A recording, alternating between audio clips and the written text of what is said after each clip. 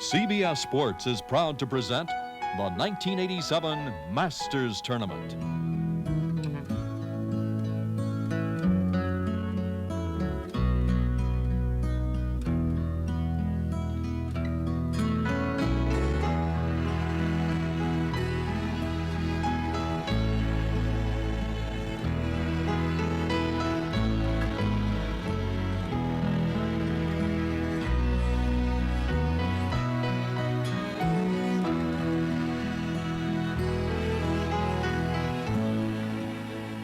It began as a nursery in northeast Georgia, and today this piece of real estate is the most beautiful golf course in the world, the Augusta National Golf Club, home of the Masters. More than a half-century ago, it was the dream of Bobby Jones, and with the guidance of Clifford Roberts, the Augusta National became the home for the Masters. Horton Smith was the tournament's first champion. That was 1934. And in the years that followed, the greatest names in golf would win here at Augusta, creating a lore and a tradition that is unparalleled.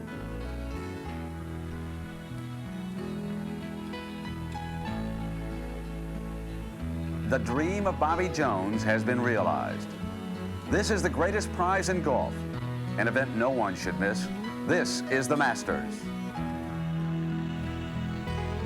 Well, good afternoon, everybody, and welcome. Gentle Ben Crenshaw, the Texan who has won one Masters title, is at 5 under through 5 holes and now is alone atop our leaderboard. Roger Maltbie a shot behind him.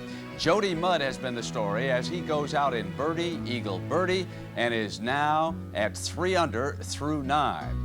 Greg Norman was at 4 under, and moments ago he bogeyed the 6th hole, and now he stands 2 shots behind Crenshaw. Some of the other big names you'll be seeing here this afternoon also are on our leaderboard. T.C. Chin, Bernhard Langer, and Seve Ballesteros, a trio of international stars, are all at under par. And Jack Nicklaus, who came roaring down to back 9 with that marvelous 30 a year ago to capture his 6th green jacket, is at 3 over par through 12 holes. Weather conditions here this afternoon, well, ideal if you're a spectator. If you're a golfer, you pay attention to the wind. And it is gusting somewhat, especially down at Amen Corner. It has been measured at 10 to 20 miles an hour, and it is that tricky changing breeze that could determine who eventually will win this particular Masters Championship.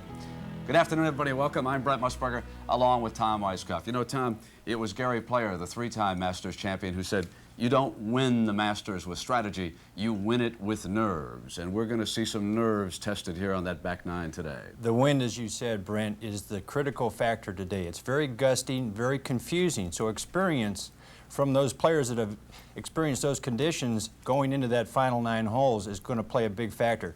Choosing the right club on a day like this is so important. I think we're going to see a lot of mistakes, and it's going to be the player that is going to avoid the mistakes at the wrong times that's going to win this championship, I feel, today. One player not making mistakes so far has been Ben Crenshaw on the greens.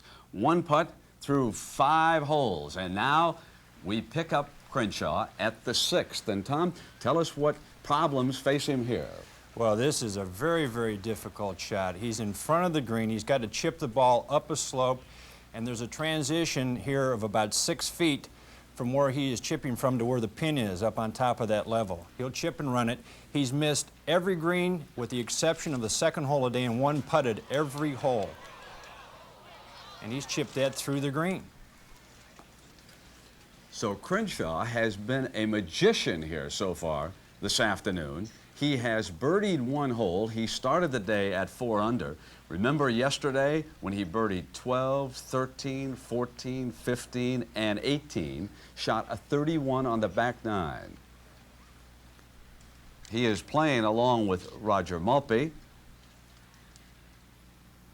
Now at 1:51 here this afternoon, Larry Mize and Curtis Strange teed it off, both at 2 under.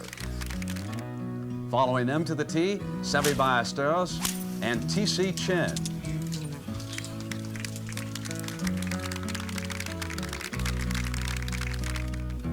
Next up, Greg Norman and Bernhard Langer.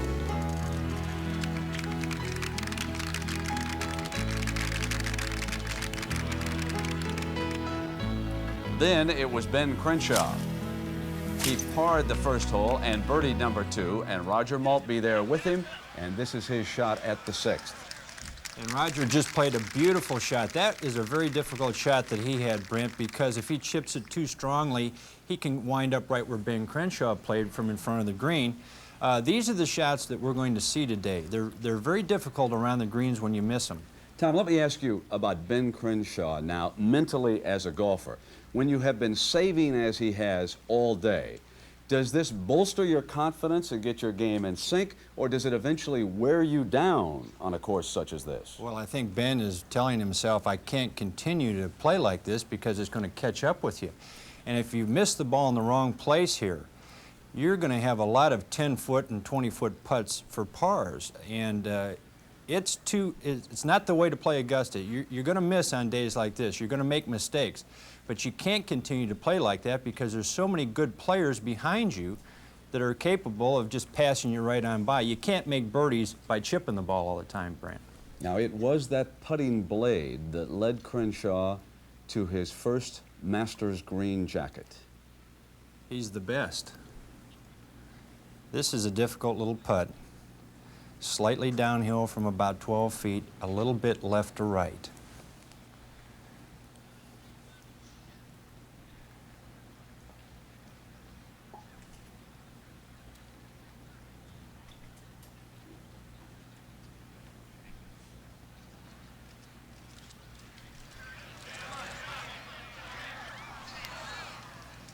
Well, now, the magic came to an end here on the 6th green for Crenshaw. Loses a shot, and his playing partner, Maltbie, now back in at least a temporary tie at 4 under, but he must sink this putt to stay there. You know, just about everybody has a shot they remember in a round of golf, Brent. This may be the shot of the day. Could be for Roger right here. Very big putt. They're all important, but this could be the turning point because he has played quite well through the first 5 holes and really has come up with nothing. And Ben has just not played well and has continued to lead. So this is a tough little 6-footer, slightly uphill. Again, this ball has a chance of going a little bit to his right.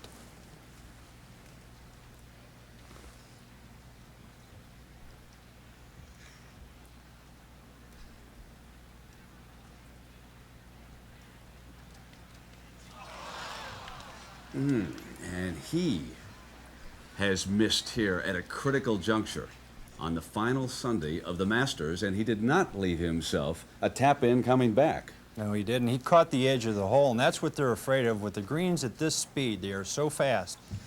If you just catch the hole, it spins out and it really accelerates the ball. He's got a tough little putt here. Fortunately, it's a little bit uphill, Brent, and doesn't have a lot of break in it. But he is putting through his shadow, and that can be a little bit confusing at times.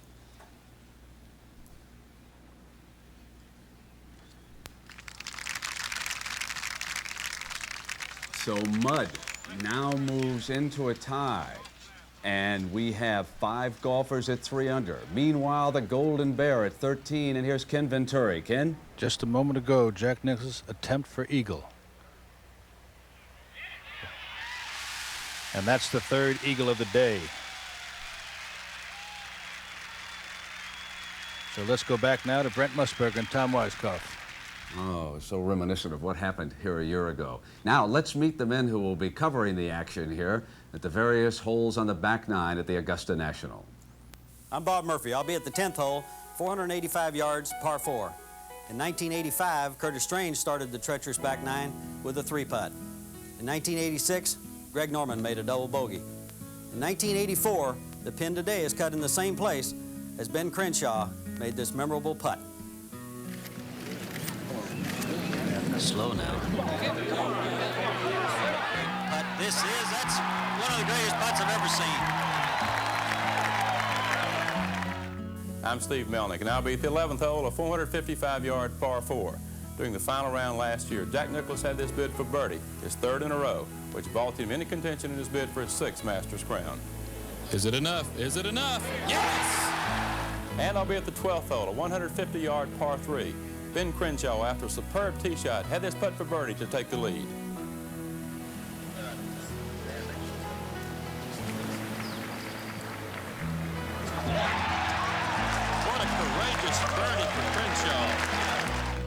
I'm Ken Venturi, and I'll be at the 13th hole, the 465-yard par 5, where in 1986, Seve Ballesteros had an iron to the green to set up an eagle, which looked like he had iced the tournament. That is right in the middle, almost where Nicklaus hit it. In fact, he's running up. Watch out. Here it comes. Here it comes. What a beautiful shot. I'm Gary McCord. I'll be on the 14th hole, a 405-yard dogleg to the left, par 4. Ben Crenshaw makes this birdie putt for 3 consecutive birdies. Just a little bit behind the hole on the fringe. You play it up to the right. Very easy. It'll come down. Get in there.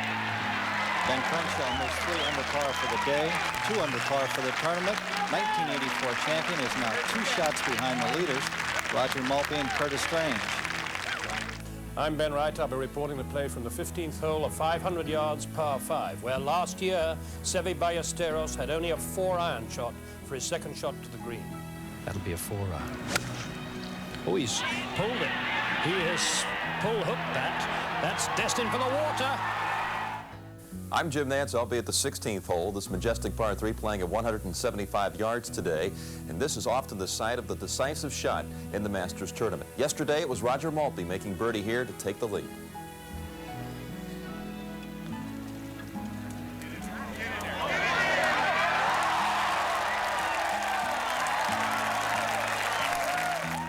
I'm Vern Lundquist. I'll be at the 400-yard par 4 17th hole.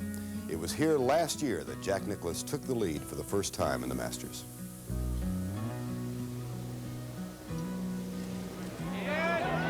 Maybe. Yes, sir! And I'm Pat Summerall. I'll be at 18, a 405-yard par 4.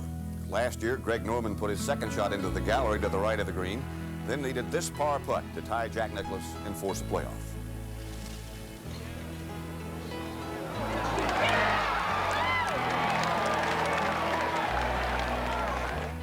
Now let's check the leaderboard in the 1987 Masters. Ben Crenshaw, -4. Jody Mudd at 3. Strange, Mize, Maltbie, and Norman. Who knows? But Crenshaw with a 1-stroke advantage. T.C. Chen at -2. Bernard Langer, -2. Ballesteros at 1. McCumber and Watkins even. And Nicklaus, who just made an eagle, at +1. To the action at 7. The 7th is the equal shortest par 4 on the golf course at 360 yards, known as Pampas. We hear that Greg Norman has just bogeyed the hole, and his playing partner Bernhard Langer has this putt for a par. So Norman has fallen back to 2 under par, and Langer has this putt to remain at 2 under par, 2 off the pace. This is a hole that has really caused problems through the years.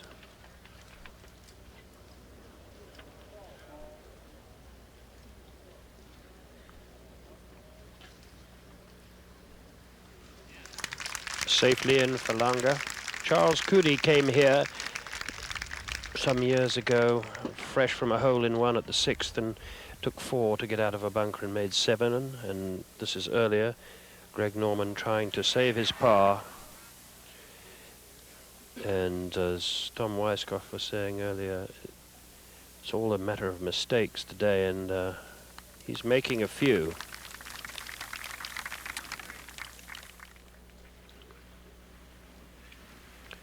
Now back live. This green is virtually surrounded by sand, and we have the last pairing coming to it. This is a shot of around 95 yards to a plateau green above the player, a shallow green, Roger Maltbie.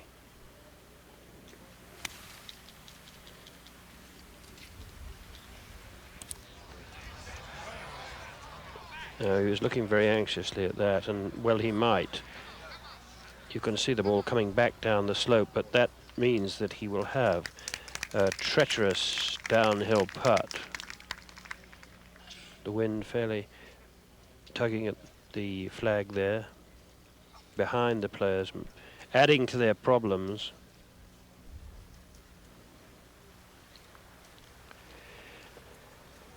Ben Crenshaw has missed every green in regulation except the second, the par 5, but has scrambled like he has done through his entire career. Seen a lot of trees.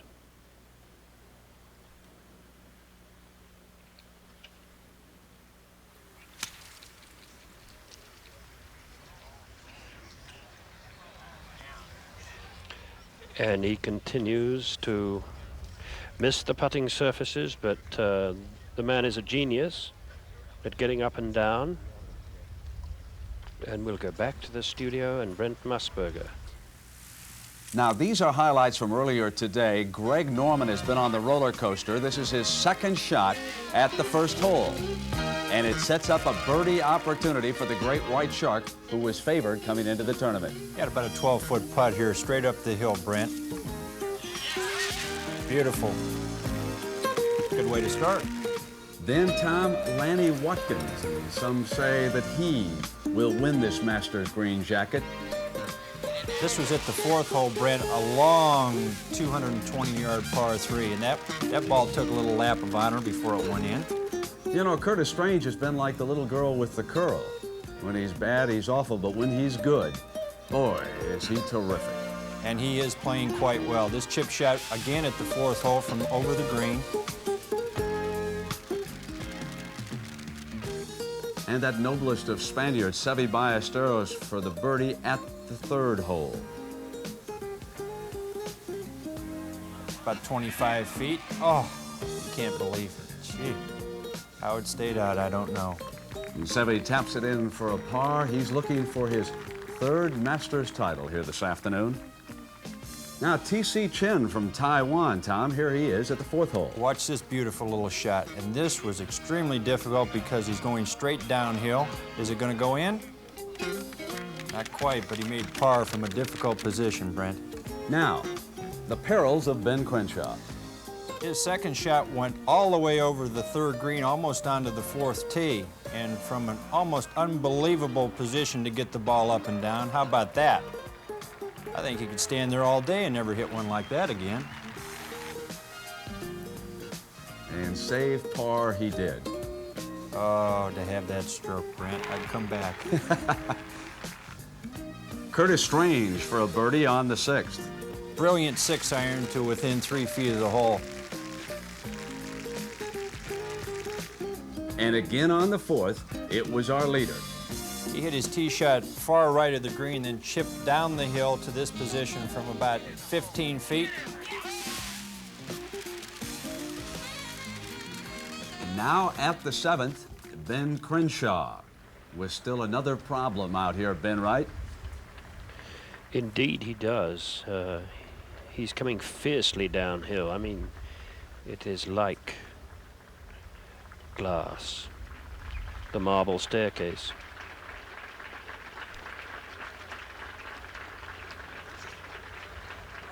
He really only just touched that ball to set it in motion, and now he's going to have a really dreadful place to putt from. He's way above the hole. He's going to continue to have problems here. Tom Weiskopf, when you are missing greens like he is and getting out of jail every time, it really does put enormous pressure on you. You can't win like that, surely.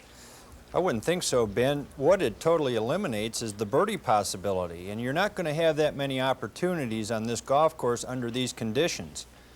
But there is a lot of pressure on these players, and everybody is making mistakes. No one is taking charge right now. I think they're all waiting for the back nine. Well, both these players bogeyed the 6th hole. Crenshaw, when he finally hit a green in regulation at the 2nd hole, made a birdie there.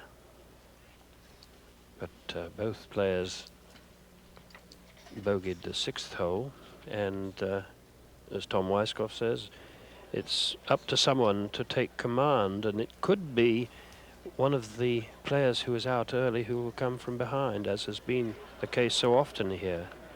Roger Maltbie.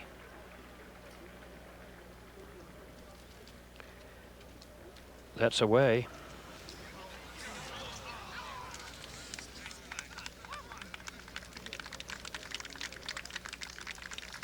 You can see that the players are becoming tentative in that downhill putting situation as the pressure mounts. And this is a desperately difficult putt for Crenshaw as we go to the 8th.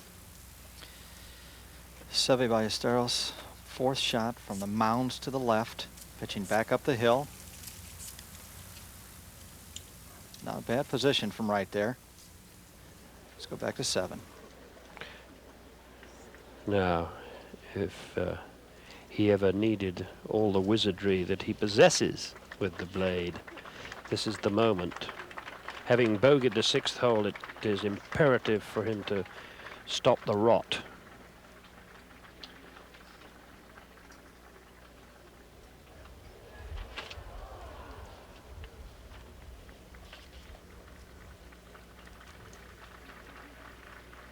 There you see how he's outnumbered the bogeys by 4 with the birdies.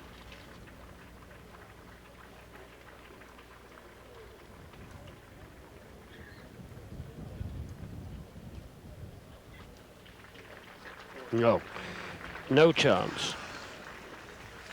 From the moment it left the blade, that was away left, and it's not a gimme putt, and now we have a 5-way tie for the lead if Ben Crenshaw can negotiate the last 3.5 feet.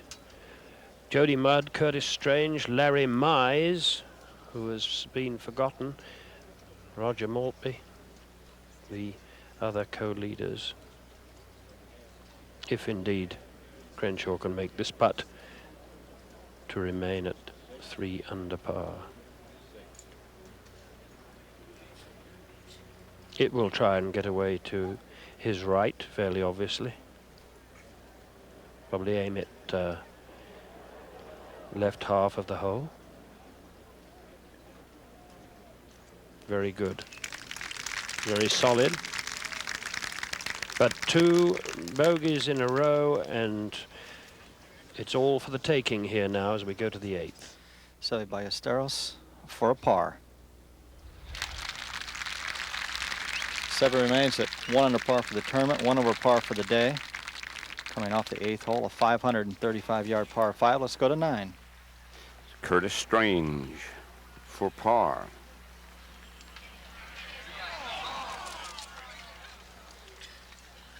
Well, a lot of things happening up on top of that leaderboard. Jody Mudd in front of everyone else through 10 minus 3.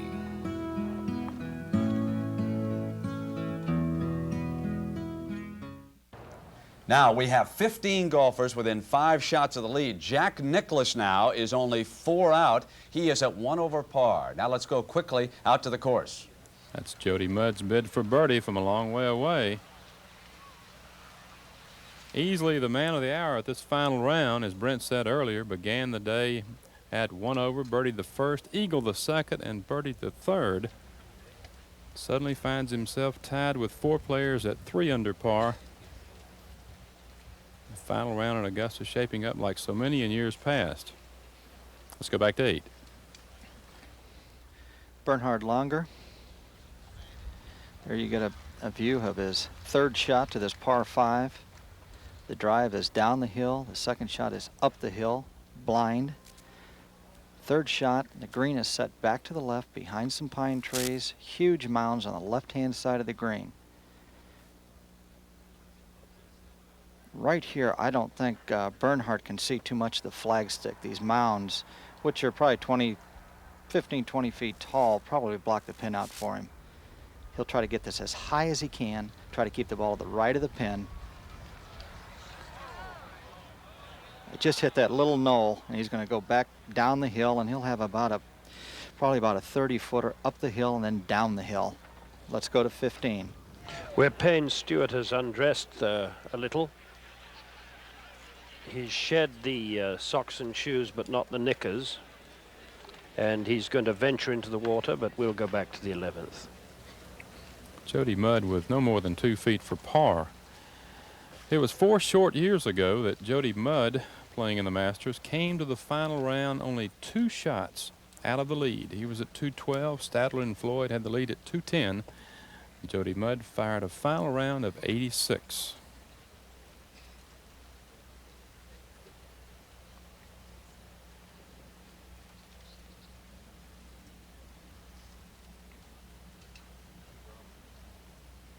What a difference a few years makes. Jody Mudd remains tied at 3 under.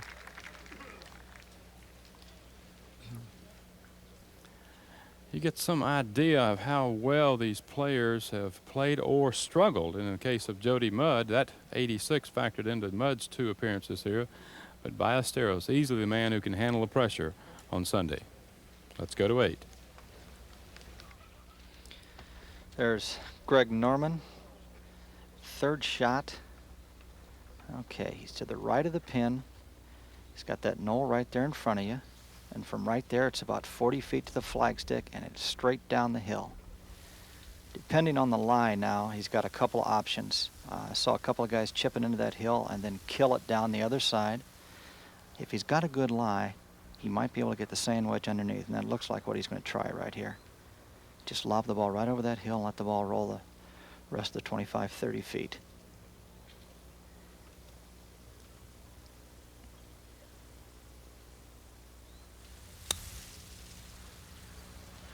Looked like he really tried to spin that. Whoa, you can see how fast that is going down there. Pretty good shot right there. Let's go see what Payne's doing here. Payne is up to his fetlocks. And I'm sorry to say, I shouldn't mock such a splendid gentleman, but didn't work out too well for him. He may be in the water for a while.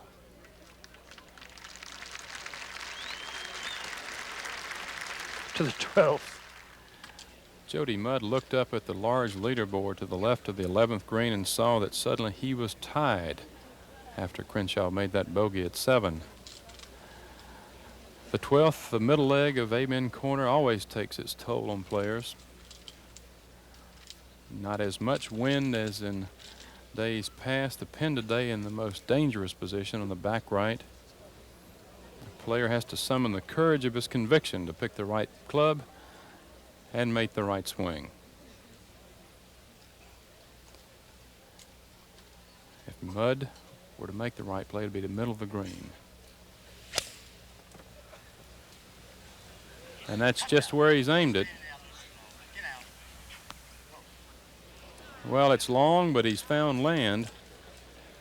Yesterday, he put his tee shot here at 12 in the water en route to a double bogey 5, and I'm sure that had some bearing on his play today. But things tighten up in the final round here at Augusta National as Jody Mudd, Larry Mize, Ben Crenshaw, and Roger Maltbie all tied at 3 under.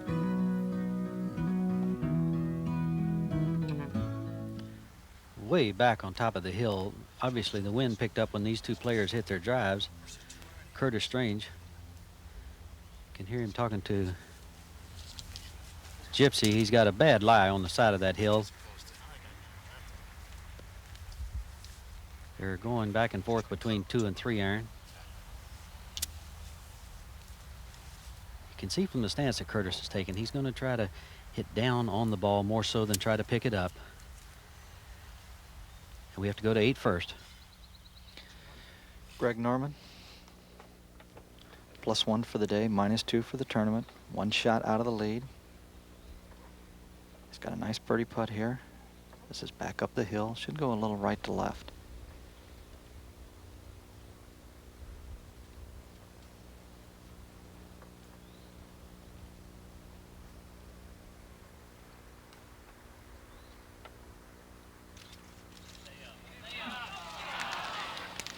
Did go right to left, and he just did not play enough break. Remains at 1 over par, struggling early here, but still only 1 shot out of the lead since everybody else is going the other way. Let's go to 9. Ballesteros. Just in the right-hand fringe, putting for birdie.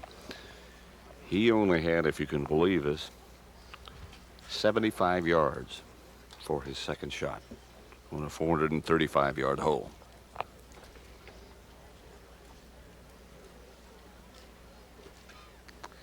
That experience that Tom Weiskopf talked about certainly is in his corner. He's won here twice. To 10. Larry Mize from about 215 yards. And he's leaning. That means the ball is out to his right. And he's short of the bunker on the right-hand side. This hole today, this was Curtis's shot earlier. Very hard lie. And the wind blowing right to left. You can see Curtis has done the same as Larry. He's left it to the right in the bunker. This hole today is just being very unfriendly to the players, I must say. Back to 12. Jody Mudd is faced with not only an awkward stance, but an extremely difficult shot. He's well above the ball in the pine straw. He has to be careful not to run the ball through the green.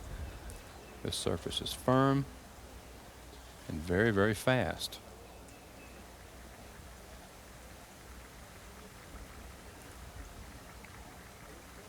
If he can sort through the emotion of the moment and the accompanying pressure and make the right play and get through this 12th with par, then he has a stretch of holes in front of him from which to maybe open up a margin on the field.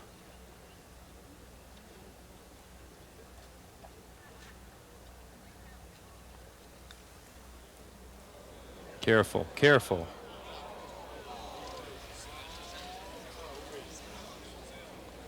Well, the shot more a result of the awkward lie than the execution itself.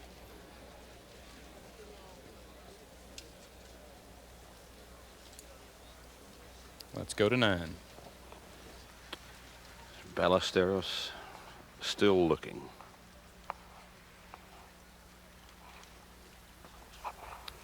He is the youngest of all the Masters champions, or he was, when he won it at the age of 23.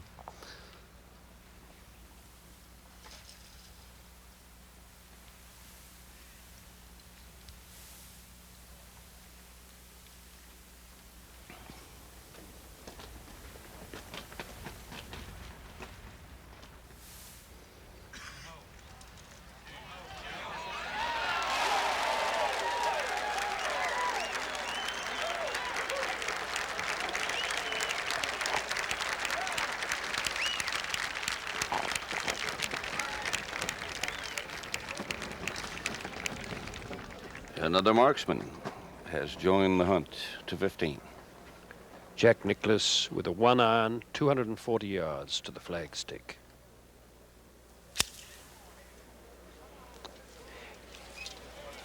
He looked like he came off it a touch. Yes, it will find the bunker, the solitary bunker on this hole. So Jack Nicklaus, who is only 4 shots off the pace, has still got a great birdie opportunity at the 15th if he can get it up and down. Sympathetic pin placement for that feat. And back to the 12th. Well, Jody Mudd looking over his putt for par. This is only his 3rd Masters. His first appearance here in 1982, he was low amateur. Came back in 1983 and had that disastrous final round, but here he finds himself tied with 3 others at 3 under par.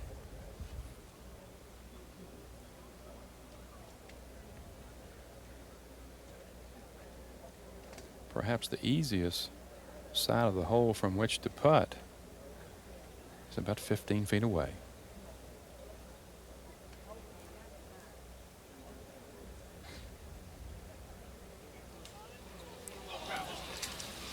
Oh, and you get some idea just how fast the pace. This is the flattest green on the course, but not any less fast. And suddenly there are 3 tied at 3 under. Let's go back to 8. Ben Crenshaw's third shot. He's about the same exact spot as Greg Norman was a second ago.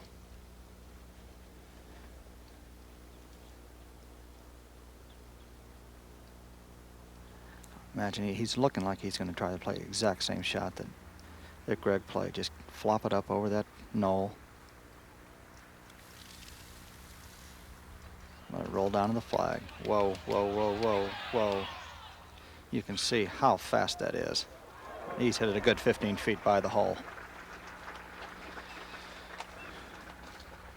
Roger Maltbie, you see his ball there, pin high to the right. In 2. This wind has been gusting and going all over the place. I was watching about 4 or 5 groups this morning come through. All the guys were having a go at it. Andy Bean, I think, hit about a 4-iron for his second shot. Roger's absolutely perfect right here.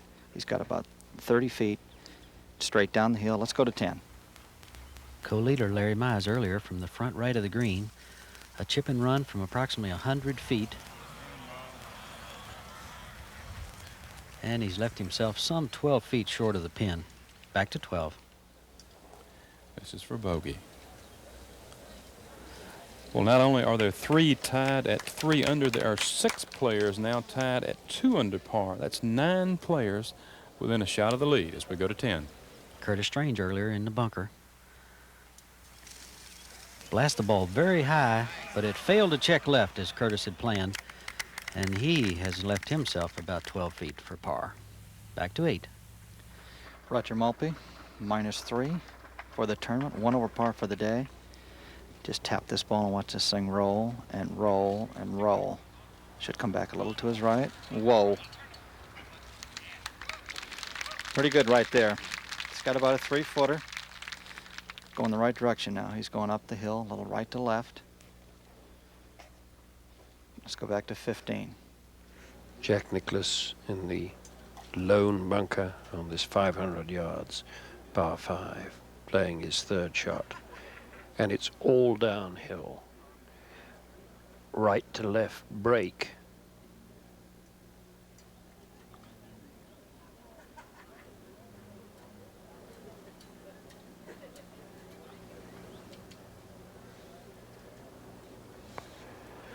Won't get there. Left it a long way short. Probably 20 feet as we go back to the 9th.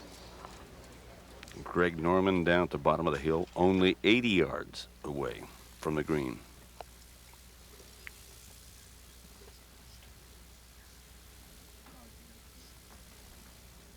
Huge drive.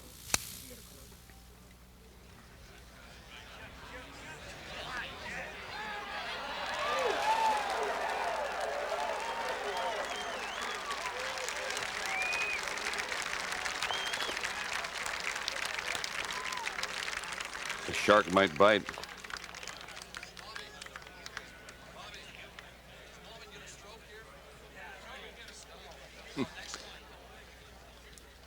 So Greg Norman well within range to make a move. Larry Mize -3, Ben Crenshaw -3, Roger Maltbie at 3 under. Mudd and Ballesteros, who just birdied 9 at -2, and Norman in shape to go to -3, and we go back to 8. Roger here is trying to get out of this log jam, trying to get one up on everybody and establish some kind of number here for these guys to be shooting at. The whole field's going to back up, and everybody's going to get within a couple of strokes here, and anybody could win this.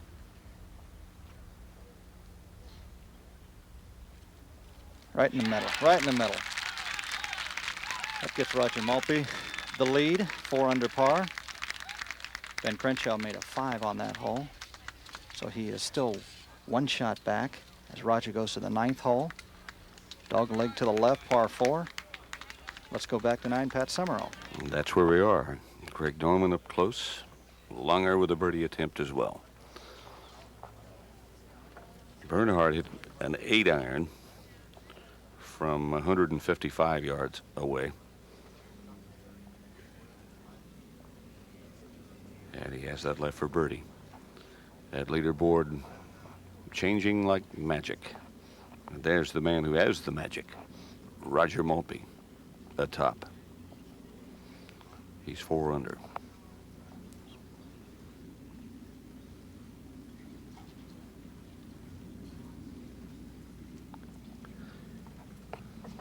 I get the feeling from sitting here at the top of the hill that the wind has subsided just a little bit. Minutes ago, it was bending the flag sticks. Now it's better. To 10. Larry Mize earlier for par, and watch this, just will not fall in the hole.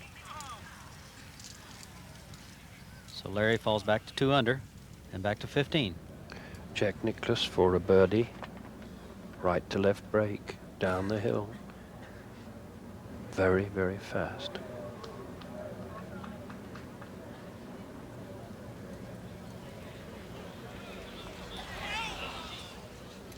Now, quite a considerable putt coming back for par. So I would say that his chance really is fading fast. If he could have fashioned an eagle here as he did in the final round last year, there would be no telling. Over to the 9th. Just a minute ago, Langer.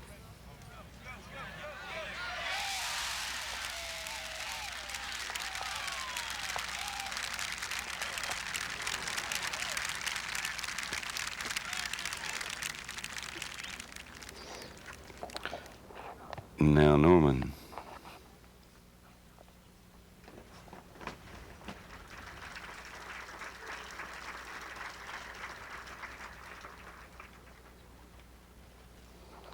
Jack Nicklaus did make his par at 15. This is Greg Norman for birdie.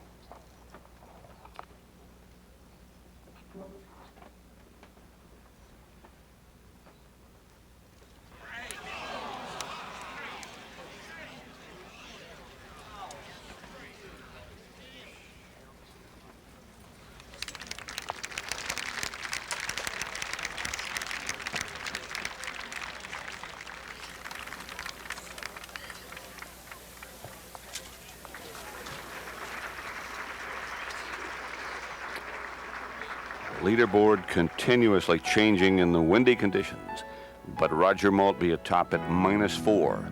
Langer and Crenshaw at 3.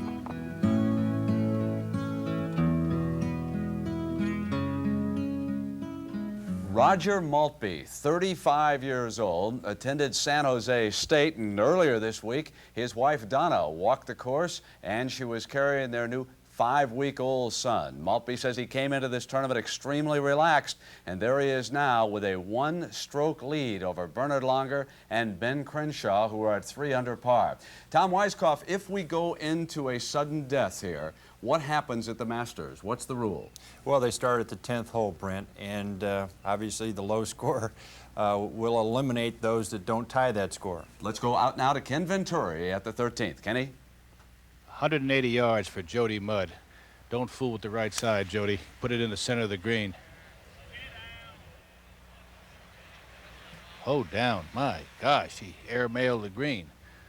That's going to be very fast, but much easier than if the pin was in the left-hand side of the green. He has a very long chip, some 100 feet almost. It's not as good of a shot as you'd like to see, but he was protecting the right side. He only had 180 yards after a tremendous tee shot. Let's go back to 9. Huge throng around 9, as you would expect.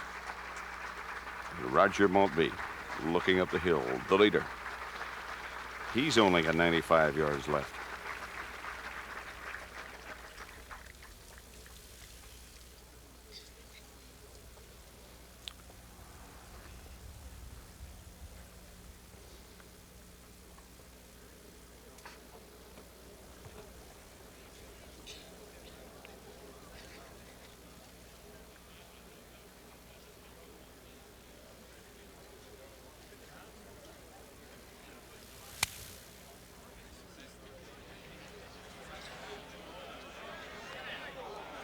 Right by it.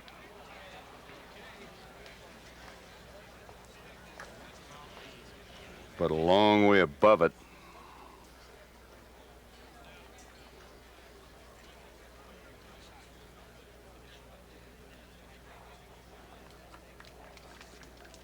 And now Crenshaw.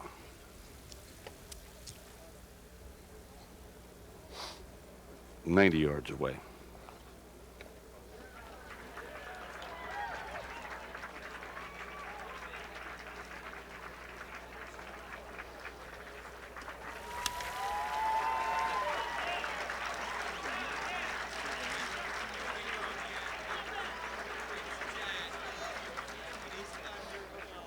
The reason for the reaction is as the gallery gathers around 18 and 9 is that they just put the name of Nicklaus on the board. And of course the ever popular Ben Crenshaw is Curtis Strange. 11. Second shot.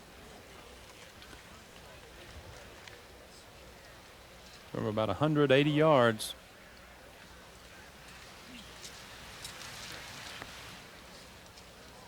And he has left himself what will be a very difficult pitch to save par here at 11 as we go back to 10. Earlier, T.C. Chin. Watch this. Ooh! Bad luck, T.C. Now for his par.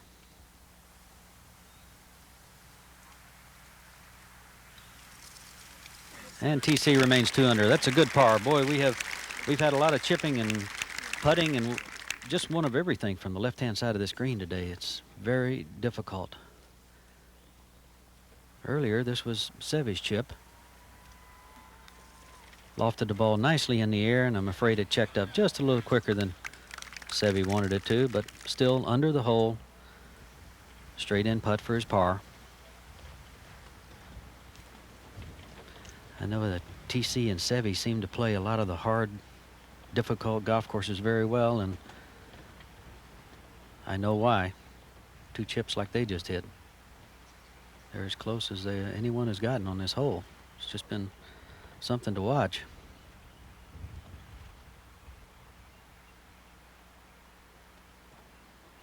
And a good stroke and a good par.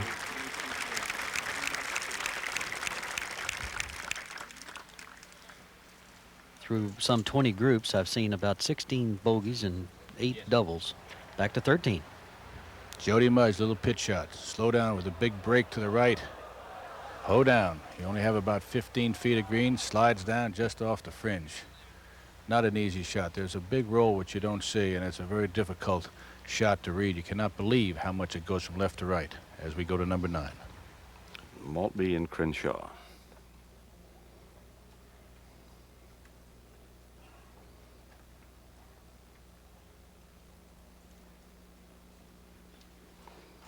He has won here. He's finished second twice.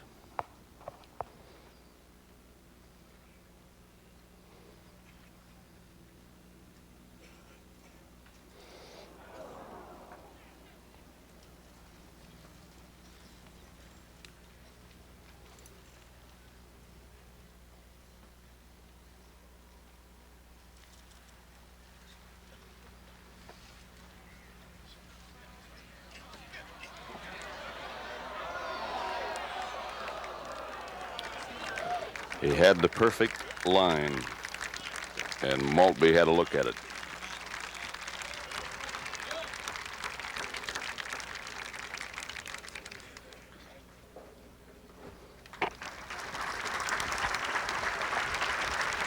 Crenshaw remains 1 behind Maltbie at -3.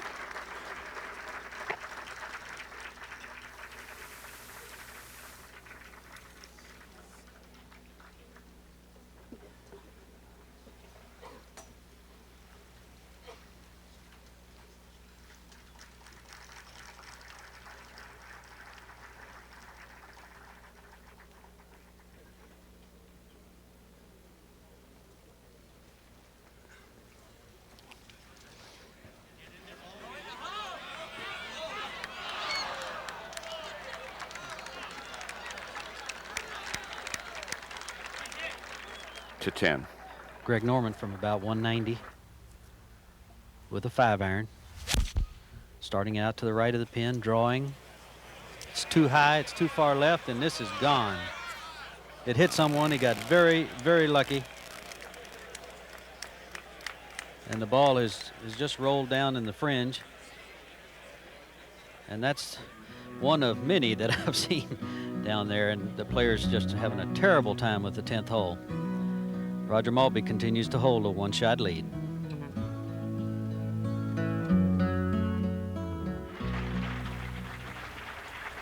Roger Maltbie back on 10T, high atop the hill, just down from the putting green in the clubhouse. See the cottages in the background. Good hole for Roger, the wind blowing right to left. And Roger likes to play it right to left.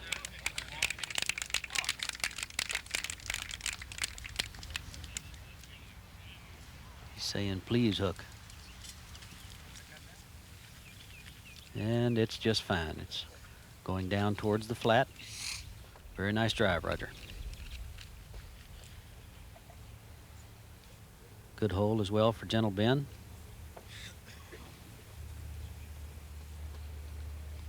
Ben, I feel, needs to turn on just a little aggressiveness now. Put some pressure on Roger and the other players.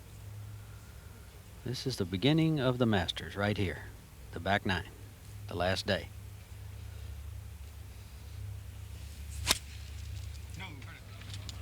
I don't think he turned it. I think he's left it right. And it is way right through the gallery. And I'm not sure that Ben, yes, I think he will have a shot from what I can see. And back at the green we have major troubles. Bernhard and Greg Norman both way left of the green. Bernhard, you can see walking around surveying.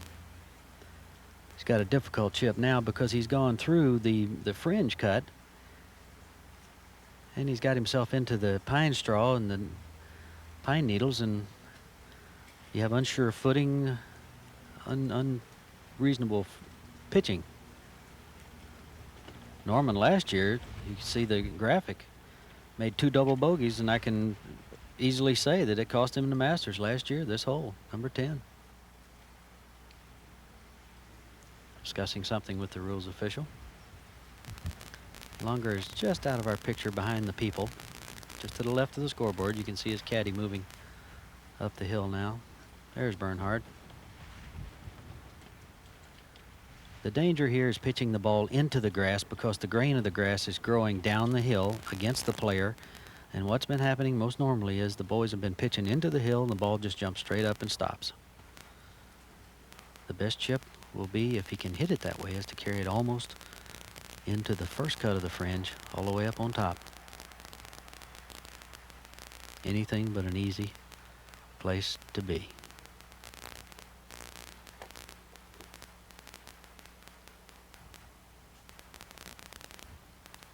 Bernhard's taking his time, thinking this out.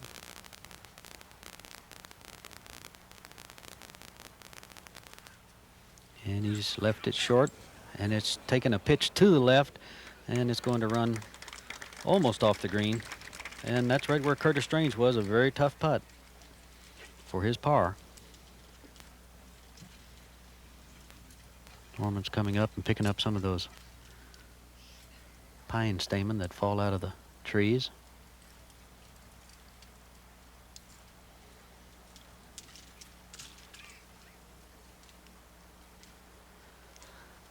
The danger here, of course, when you're down, we have to go to 11 first. This is Larry Mize bid for par. Yes, used it all. Larry Mize remains at 2 under.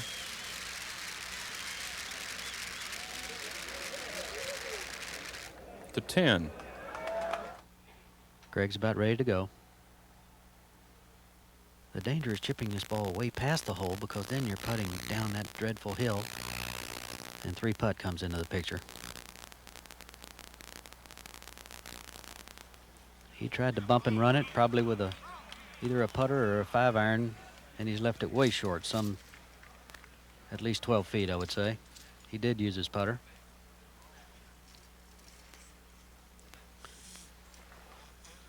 So they can talk about Amen Corner being 11, 12, and 13, but if you get a par on number 10, you say amen and go on. That's what I think about this whole situation. That's Tom over to 11. That's Ballesteros' second shot. He must have hit a tree off the tee. Now this is well wide of the green, but a smart play if he was as far back up the hill as he appears.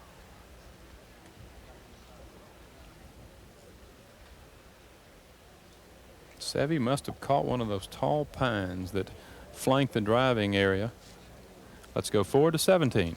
And here's a sense of what was. Remember a year ago today, Jack Nicklaus, second shot on the 17th, 125 yards out, left side. Pitching wedge, he's in almost exactly the same spot. Circumstances a little different in terms of his leadership of the tournament, though.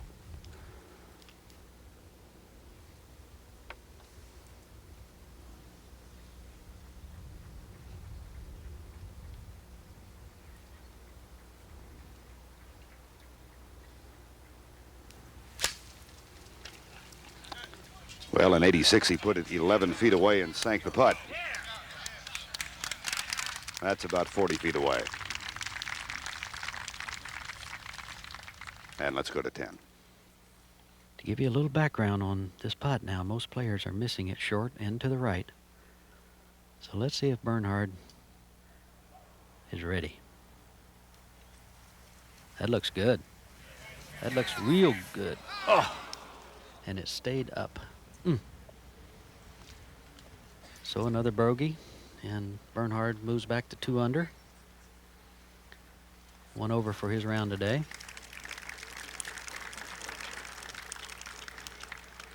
Such a difficult hole to approach because you're standing on a slope slanting right to left. The green slopes right to left.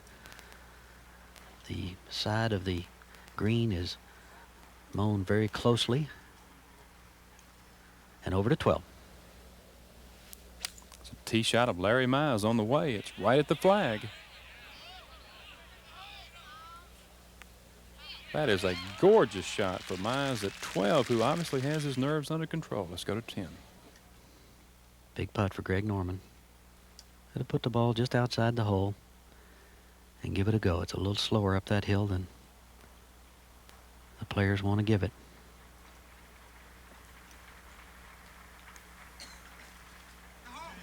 Get up. Oh, it just caught the edge of the cup and refused to go. So Greg makes bogey as well. And now he's dropped back to 1 under. But there's a lot of golf to go for the Shark. Crenshaw does have a shot. Back up on the side of the hill. However, anything but an easy shot. He'd be very happy to get it in the same position as we had on our hole opening when he had it some 60 feet down in the right center of the green and made that fantastic putt up the hill.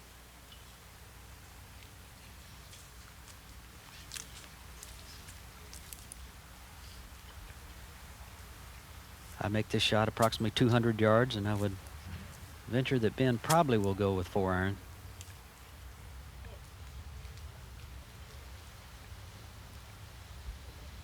Wants to start the ball over the trap to your right of your screen there. That's to the right of the green.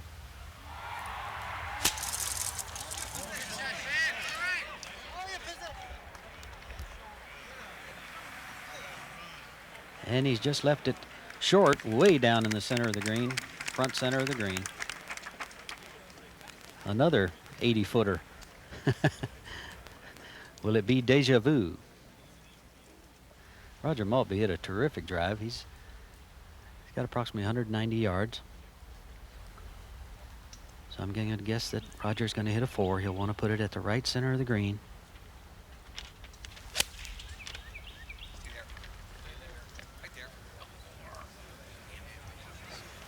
And that's too far left, but it did not fall all the way down the hill, so Roger has a relatively easy chip from there.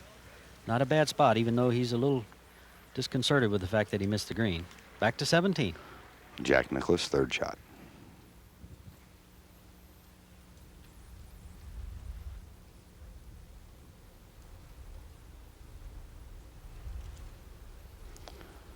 That's uphill all the way and falls off right. So Jack will stay at 2 under for today and 1 over for the tournament, 5 back with only 1 hole to play in defense of his championship here at the Masters.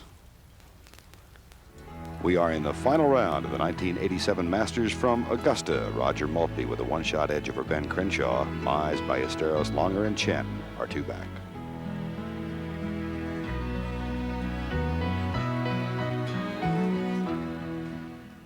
Roger Maltbie, our leader, but 10 golfers are within 5 shots of the lead. Now, the holes that are playing the toughest on the back 9, and that has brought a lot of golfers to their knees here this weekend, 12, 10, and 18 in that order. And you might say this has been a good day for shark hunting. 4 bogeys so far by Greg Norman. Seve Ballesteros is within 2 shots of our leader. And let's go back to Seve on the course. Seve's got an extremely testy 3rd shot left here at 11. He's well wide of the green.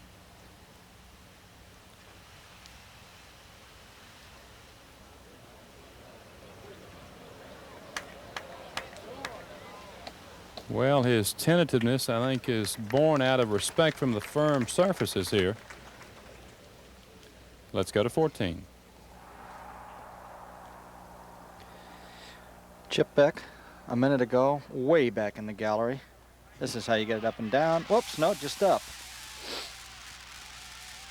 That puts him at even par for the day and just +1 for the tournament. There he comes. He was about 30 yards back in that gallery. Let's go back to 10. Crenshaw has walked up and back and surveyed all around. Tough speed putt here. This is the kind of putt that Ben's saying to himself, just get this cozied up there 2 or 3 feet and let's go on. This putt will break about 6 feet to Ben's left. Gave it a good wrap, as you could see. Well, I'm telling you, he is a wizard. A wizard.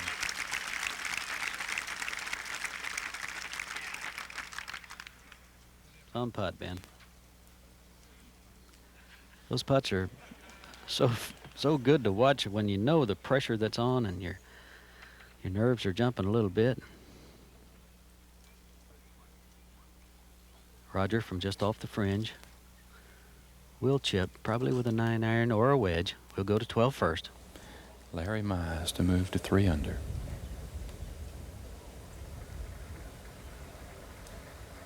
Is it enough?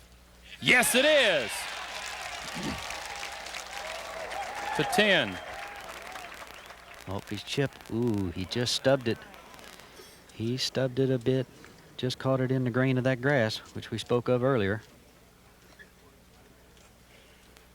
Now he's got to gather himself. Rogers seems to be playing very steadily.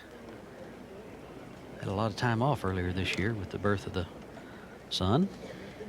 So he's probably very comfortable, ready to play. He needs that putt, though. And there's some Sunday final rounds for the players who are out. Crenshaw, 67, his best final round to finish 2nd. Greg Norman shot 69 to finish 25th. This is really a pretty straight putt. Roger, if you can hear me. Slightly uphill. We go to 13 first while Roger's studying. Larry Mize. Teed on the left-hand side of the tee, trying to make it hook, and like so many players, has found the right side into the gallery. Oh, look at this. Now, that's the way to do it. Back at 10. Well, that's bad luck. That was a good putt. Just a bit firm. Hit those edges that we spoke of earlier. And now we've fallen back into a three-way tie.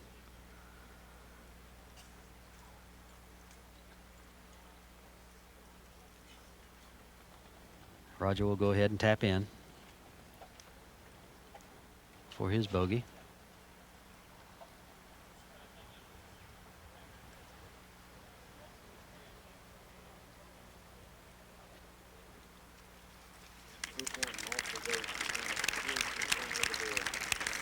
One over for the day.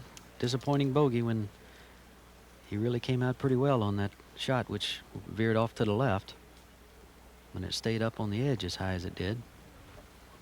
And Crenshaw has a little tap.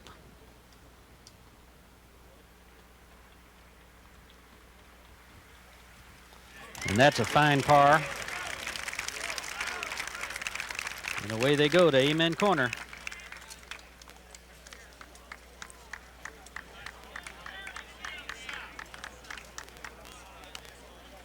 And we go to 11. Ballesteros for par. So 11 takes its toll here. TC Chin playing with Ballesteros put his second in the water en route to a double bogey 6. Ballesteros, with what seems to be a sure bogey, will drop back to 1 under. Now only 2 shots back of the lead.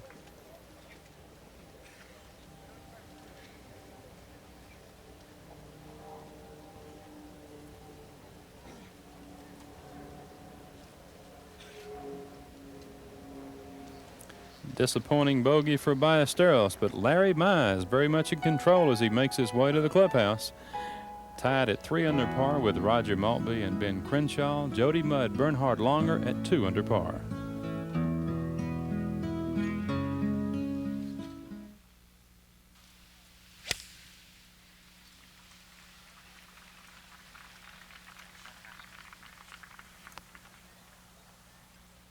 Ballesteros' tee shot here at 12 just found the back bunker. He did not aim at the flagstick, instead played for the middle of the green and just put it through the green. To 15. Tom Watson for an eagle 3. Just the 5th eagle 3 of the entire tournament, and it brings him back from 3 over par to 1 over par. Beautiful 2-iron shot he played in here. Back to the 12th. And now a disappointed TC Chin making only a second appearance. That double bogey drops him back to even par.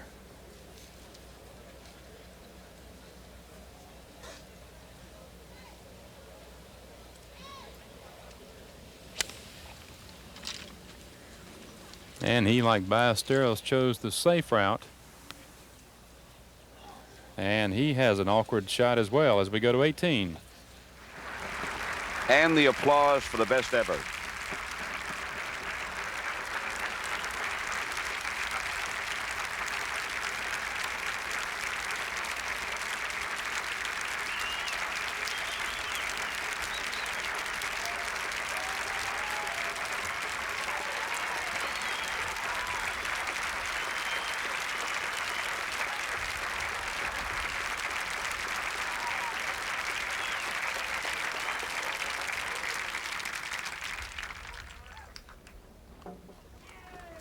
Back to 11.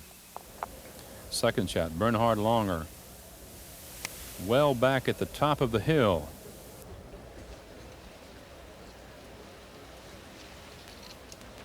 Got a good pitch forward from the knob fronting the green and just found the front of the putting surface, but a long way away. And now Norman.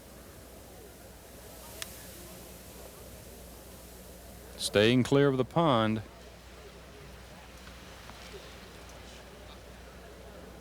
Well, that's a little unusual for Norman, who needs some birdies as we go forward to 13. Larry Mize surveying the shot. He is 205 yards. Wind now picking up a little bit and moving a little bit from his left to right, a little bit in his face. One of the co-leaders at 3 under par. And having to pick a winner here, I know come Sunday someone's got to win, but I would hate to guess who is going to win. And it will revolve around these 3 holes. Me, the action, I think, is if you can walk away at par at 10, 11, and 12 and make it happen at 13, 14, and 15, here's where it works out. So Larry Mize, 205 yards, and if on the direct line that Larry is looking at the pin, as you can see right in the middle of the right-hand bunker, you only have 30 feet to carry the creek to the hole. You have some, 70 feet if you go a little more left. So I would suggest at this moment, 3 from there with that kind of a lie would be out of the question, but I would put it at aim it at the middle bunker, right where you see the tongue in the middle bunker there. That would be the angle, or that would be the direction that I would like to go. I would not fool with anything on the right side. He has selected a 4-iron. And with the way the wind is gusting a little bit, he's going to have to hit it awful solid.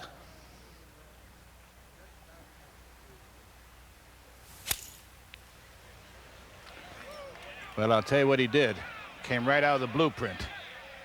Right out of the blueprint. And it won't catch that hill. Another 6 feet shorter, that would have rolled back within about 25 feet. But he has a very, very fast putt. But that was the direction, and that is the smart move. And he'll have a chance here with 2 putting to go to 4 under par. And we go to 18. And here's Nicklaus for birdie.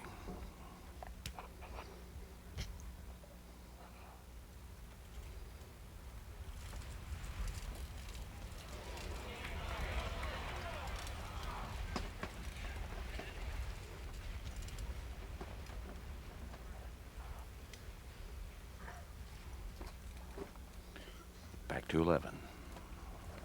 Longer just trying to get down in 2 for his par. Good effort from there. Longer, who won here in 1985, was in contention last year, but for a final round of 75. Obviously, the game is suited for him here. Now, Seve from a very difficult.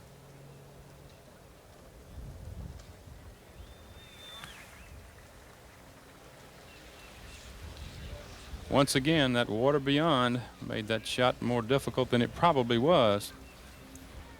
So Ballesteros struggling here. The second hole in Aben corner, the bottom of the course. The hole Jack Nicklaus calls the most demanding tournament hole in the world. As we go back to the 11th, and Greg Norman putting from just off the right side of the green.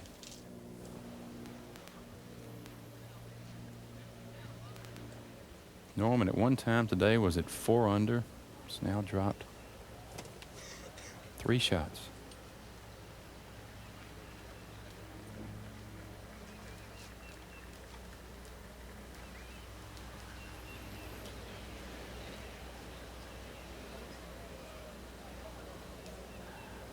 Well, the greens are not that fast, and he has a lot of work left for par.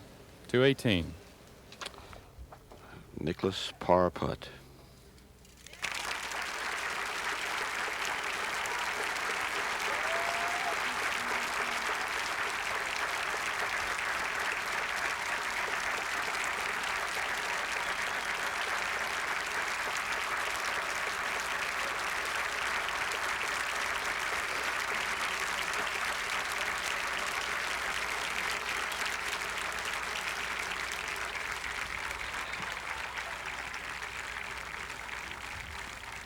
A round of 70.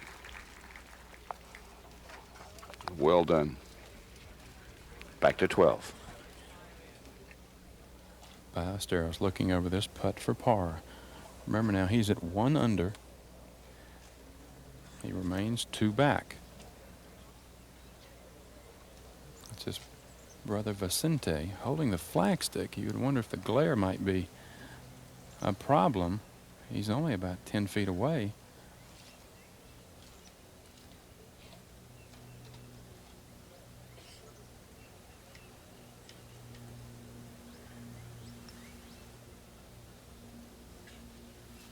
Whatever it was, it worked. Good save for par here at 12. And Norman, with that missed effort here, drops yet another shot on the back 9. So the pressure of the final 9 holes at the Masters taking its toll even on the best players the game has to offer.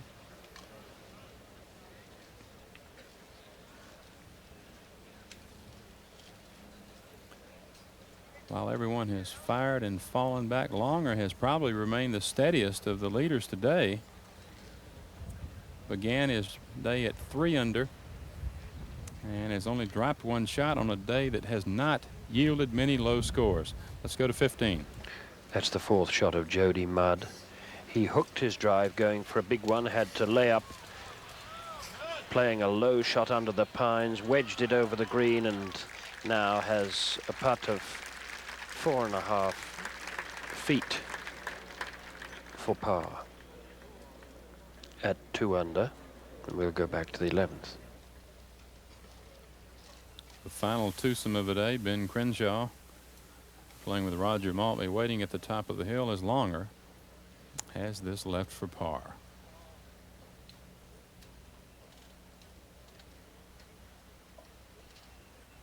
With that customary cross-handed style using very effectively here as the winds begin to pick up here at Amen Corner.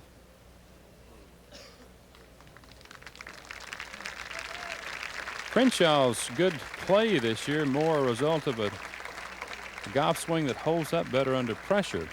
It's become shorter, it's more upright, it's more compact. In a sense, it works.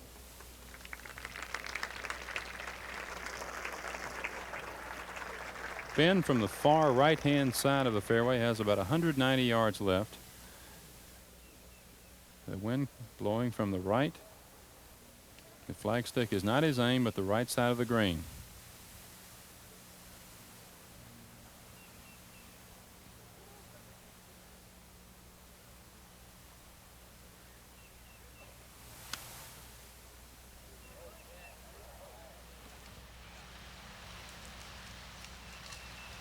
Well, he took that right at the flagstick, and you see how close he came to the pond as we go forward to 13.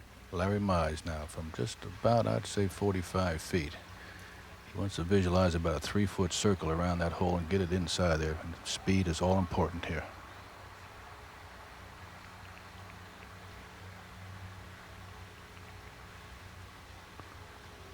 I think you could hit a little harder than that. That's going to move to the right besides. That's within 3 feet as we go to 11. Roger Maltbie after a long tee shot. Doesn't like it. Does not like it.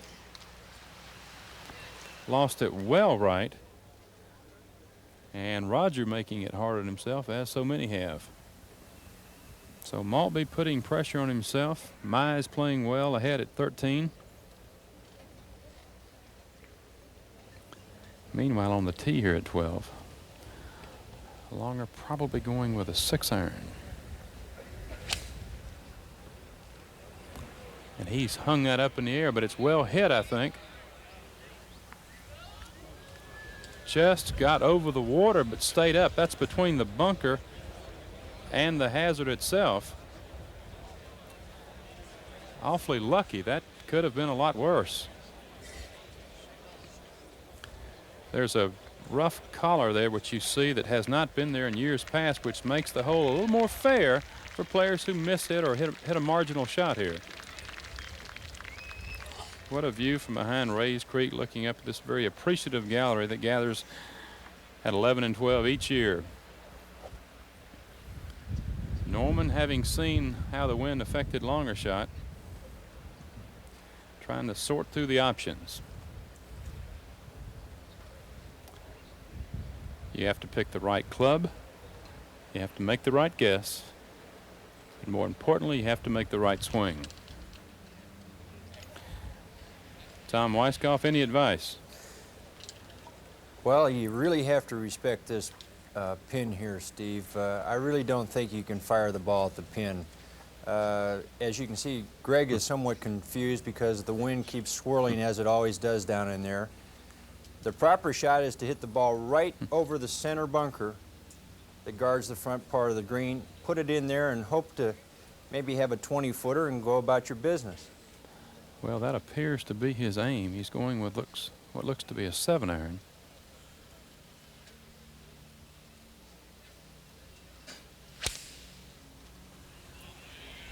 And he's hit a slider from left to right. This is a gorgeous shot to 13. That's Larry Mize going 4 under and the leader by himself after 13 holes. And now everybody will start looking at Mize's name at the top and what they have to do to catch him. There's looked in the past of some of these holes that nobody wants to win it. They're just trying to buy their time and losing strokes. But while they're losing stroke, Larry Mize is 4 under par by himself as the leader, 2 3 behind and 2 2 behind.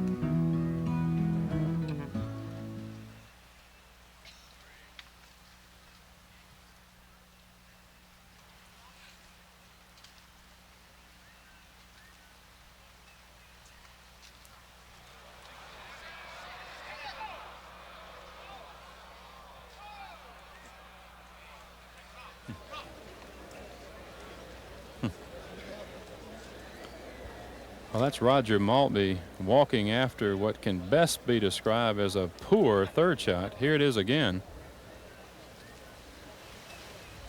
Players are asked to play shots here at Augusta that they simply not asked to play on a week-to-week basis. These firm, slick surfaces puts the premium on the short game. And in a sense, I think length is misunderstood here at Augusta National. It's more of a contributing factor than it is a determining factor. You look at the list of Masters winners through the years, and those that are great putters win this tournament, not those that hit it a long way. And who better than this man right here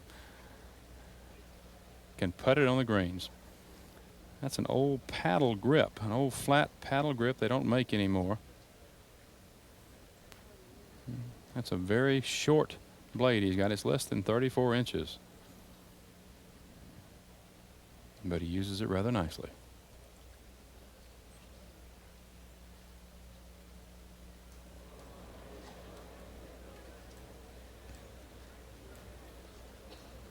A long bid who move into a tie with Larry Mize at 4 under.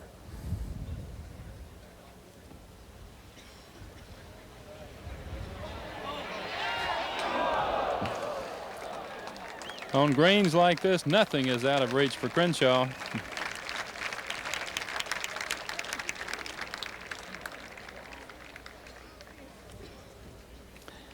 Ben trying to become the first person since 1960, when the par 3 tournament began, to win the par 3 and the Masters in the same week.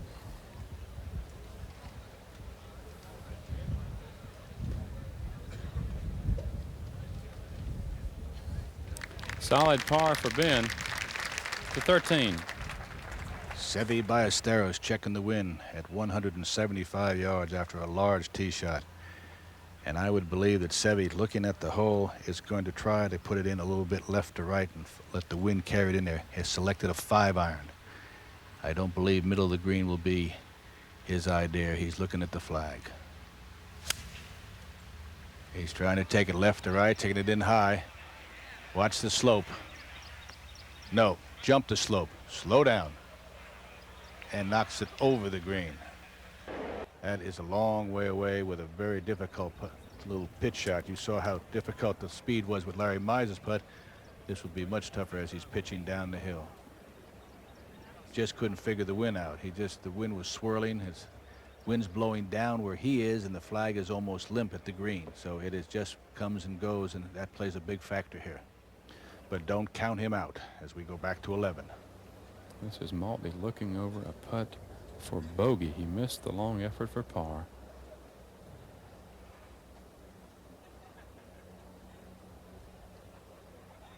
So just 2 short holes ago he had the lead. Now he's 2 back.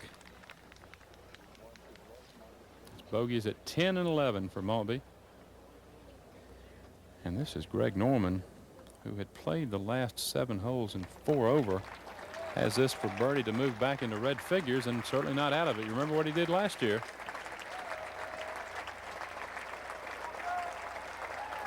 With his length, both par 5s on the back 9 are easily within reach. He backed away as the gallery behind the 12th tee acknowledged the presence of Crenshaw and Maltbie walking up.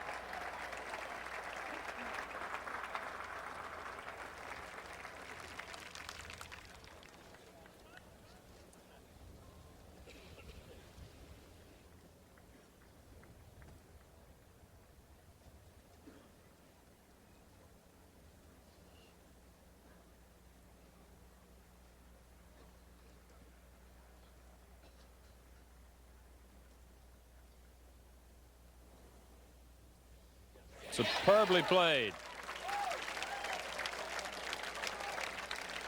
So Norman, riding what had been a listing ship, is suddenly a presence again on this back nine.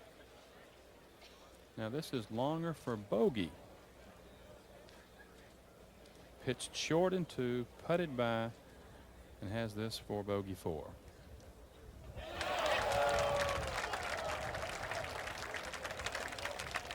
So Longer drops back to 1 under. But it's Larry Mize setting the pace at 4 under. Crenshaw all alone at second now at 3 under. Mudd and Maltbie at 2 under par. To 14. 14th, 405 yard, dog leg to the left, par 4, slightly uphill. Larry's just hit an absolutely perfect position. And he's got a good break here. Curtis just hit first right in front of him. He's going to watch the... Now Curtis hit it short on that knoll and drop straight back. Larry's got 110 yards to the flag stick. Flag today is in the extreme right-hand side of this green. You can see that green slopes severely from the left to the right. It's about 60 feet, probably 60, 70 feet from one end to the other. You could just about hit the ball at the top of that green to the left, and the ball would come all the way back down this hill. Larry will take it in the middle of the green. This is his tournament to win. 28 years old. He's only won one golf tournament out here on the PGA Tour. 1983. He's got a pitching wedge. He'll play left. He'll play it way up in the air. The wind is not blowing now. It's going to go back up in the... That's not bad. That's not bad at all. It's just off the back fringe, straight downhill. Not too many problems from there. Most of the guys have been hitting this green and bouncing right back in the gallery. Right now it's for Larry to win. He's got to, he gets his birdie on 15. If he can get to 5 under, he'll post that score and try to get in with it. Let's go to 13. Greg Norman now back in red figures. Boy, that looked good. That looked strong. Taking it right to left. And that is long. I mean, that's like going to be like 170 yards as we go to 12. Tee shot from Maltbie on the way. It's chosen the middle of the green. And that's found the bunker.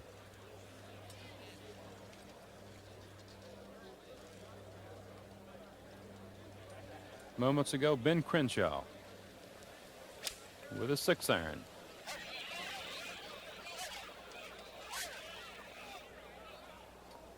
He took it right at the flagstick, and but for that bit of rough at the base of the green, he would have found the water.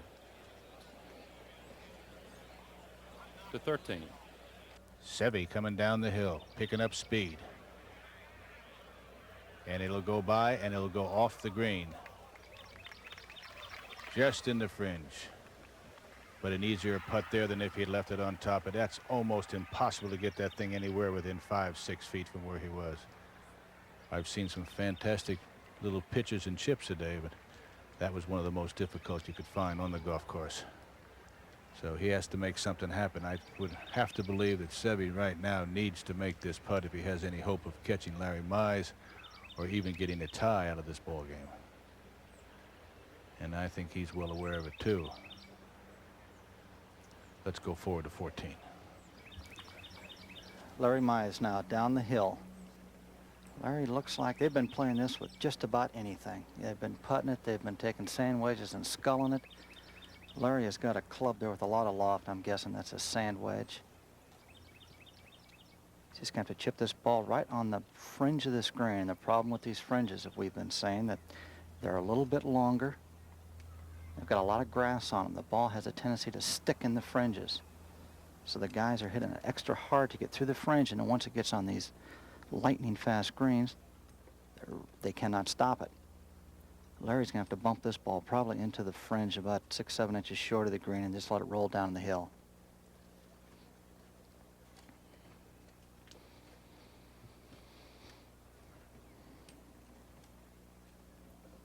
This is just about the best place you can put this ball. There's very few guys have been getting this ball close. Just a second ago, Curtis Strange, what a difference a day makes. Remember, he was down in front of this green and made a 6-8 footer for a 3-putt. Today was in the same position and just chipped it right in. What a difference a day makes. Okay, down the hill.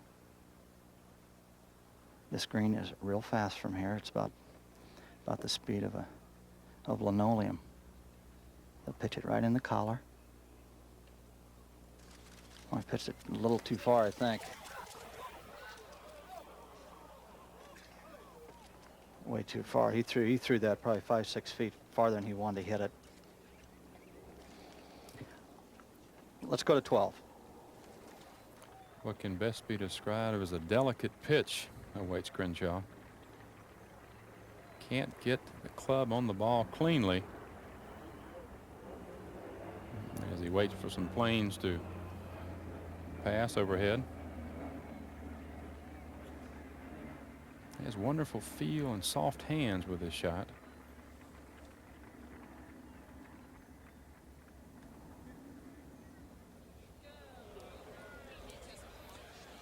Grass too thick to get the club safely through as we go to 15.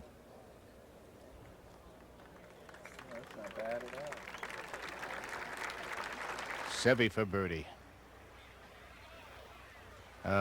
Disappointing for Seve to put it out there so far with 170 yards and walk away with 5 is he will not be happy with that. So he leaves at 1 under par as we go back to 12. Fairly straightforward shot from Maltbie.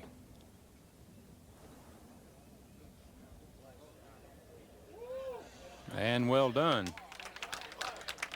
So Maltbie reeling under the pressure of the final round and the final 9 holes here. Struggling to make par at 10 and 11, both unsuccessful. Has that left for par here at 12. Well, Bob Jones once said that under the pressures of a major championship, one's imagination runs riot. I'm sure Maltbie knows exactly what he means. To 14.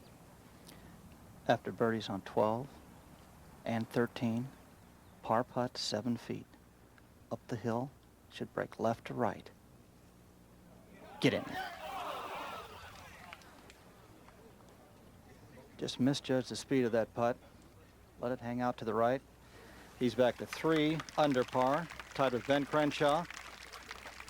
1 shot ahead of Jody Mudd and Roger Maltbie. It's anybody's ball game right now. Let's go to 13. Bernhard Longer of 215 yards. Norman is 165. 13 plays 465 yards. And they were Longer drove by the 2 big pine trees. He's 215 left. So if you subtract that, you know that Norman hit his drive 300 yards. But Longer now, hanging lie. And he's trying to cut it. Very, very good shot. Yes, sir. Watch it. Get the slope now. Come on. And now start coming back.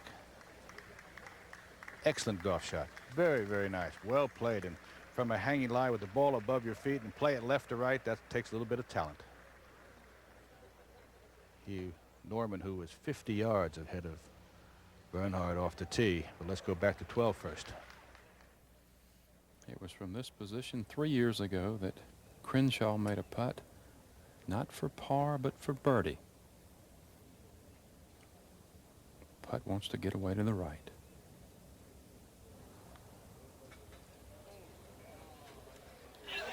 Not a doubt in the world. To 13.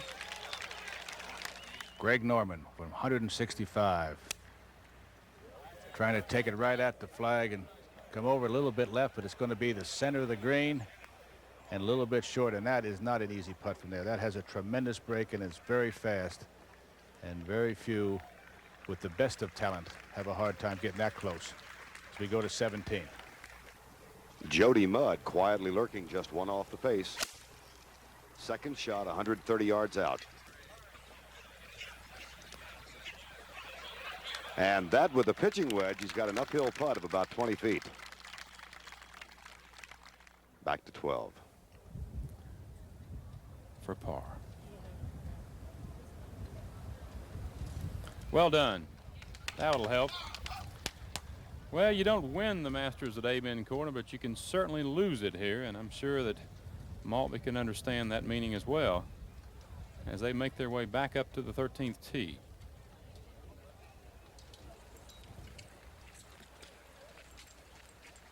Mize and Crenshaw tied at 3 under. Mudd and Maltbie only 1 shot back now. As we go to Ken Venturi in 13. As we take a look at Ben Crenshaw on the tee, I cannot believe today, watching him from the very first hole, of how many putts this man has made and where he got it up and down from. I've always said he was the best, but he is the best at putting as we go to 18. Nick Price and Tom Watson.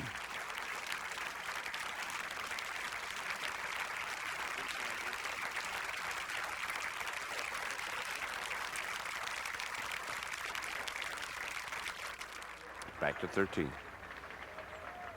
Ben Crenshaw now on a 465-yard par 5 13th. Teeing right in the middle, has played this par birdie. Aims it right at those pines and tries to move it a little bit right to left.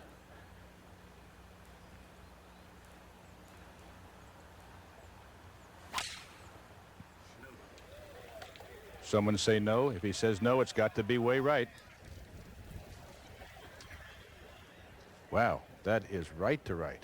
Holy smoke. That is way up in the tree. I've never seen one up that far. That's where some of the tee shots sometimes at 14 go.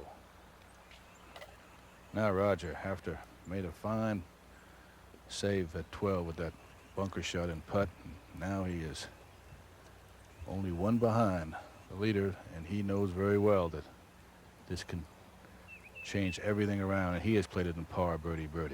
Roger is a right to left player. He likes a hole like this.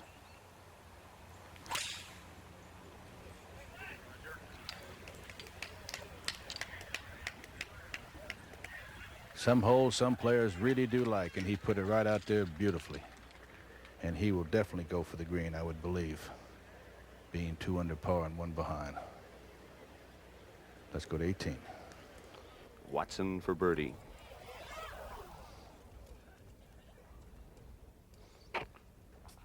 Just didn't quite come down the hill. Watson started 1 over.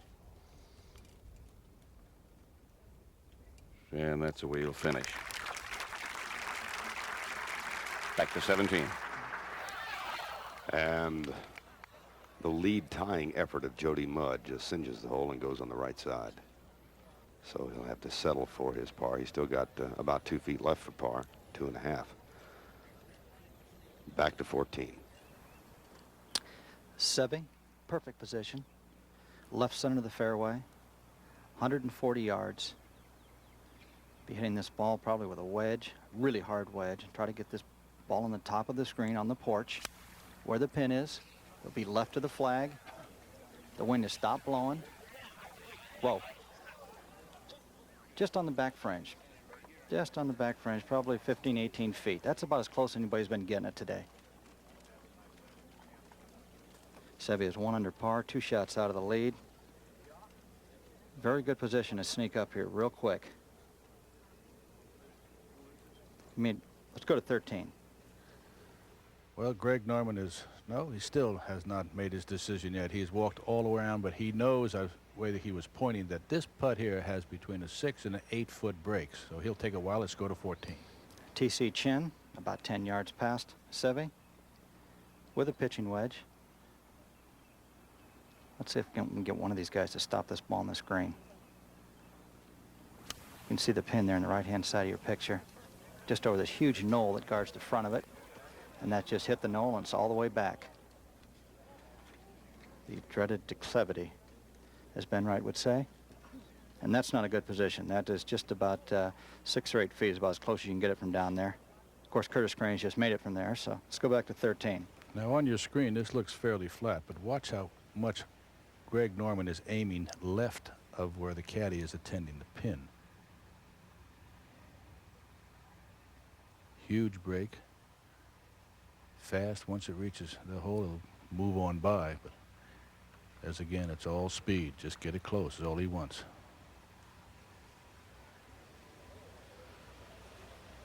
You can hit a little harder than that if you'd like, and that would keep breaking. That was pretty much on track, but he's left himself 5 or 6 feet short. There's no time now to be leaving it short. At 1 under, let's go to 15. Larry Mize has hit a truly magnificent drive, 300 yards from the tee here at this 500 yards par 5. He's been throwing up a lot of grass and is obviously deciding between a 4-iron and a 5-iron, and he's chosen a 4-iron now. The wind is really inconsequential, as you can see by the look of that flag. There's very little of it. And here's a chance for him to really take command. If he could set up an eagle here. That is a good looking swing, but it's going left and long, and it had better put the brakes on. Well, you can see the ripples. That adrenaline just pumping through the system, and you just turn it over a little, and he's hit that 4-iron shot the best part of 250 yards.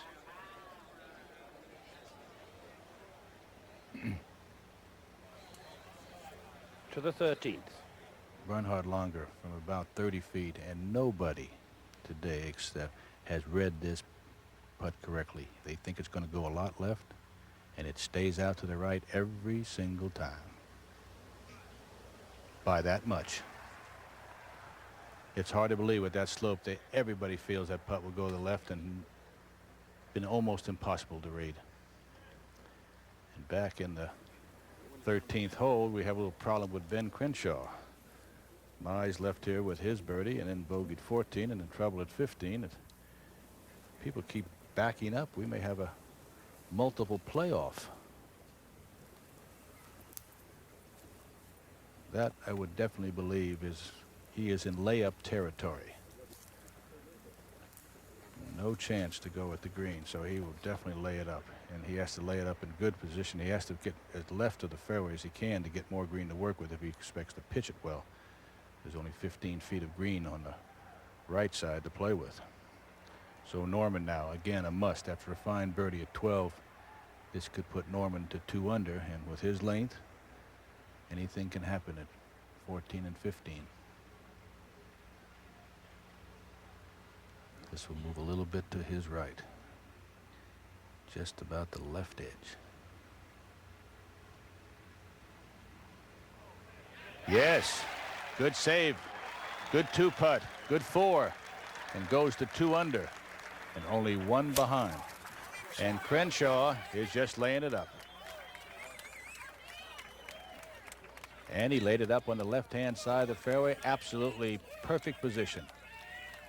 He does not want to go any farther than that because the creek is only some 50, 60 feet away from there.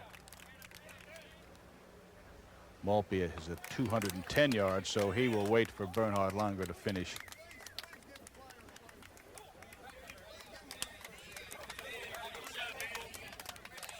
Let's go to 15 quickly.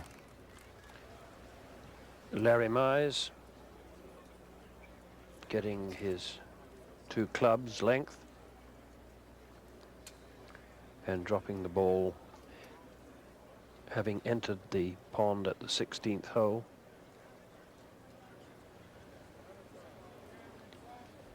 He will pace the distance to the hole, and we'll go back to the 13th. This is straight up the hill, no break. But a push. And from where he was, what a disappointing par that will be there. So Seve and Bernhard both miss great opportunities and leave 13 with a par, so Langer is 1 under. Norman making birdie goes to 2 under. And Maltbie now sitting back the last group of the day. He knows what he has to do.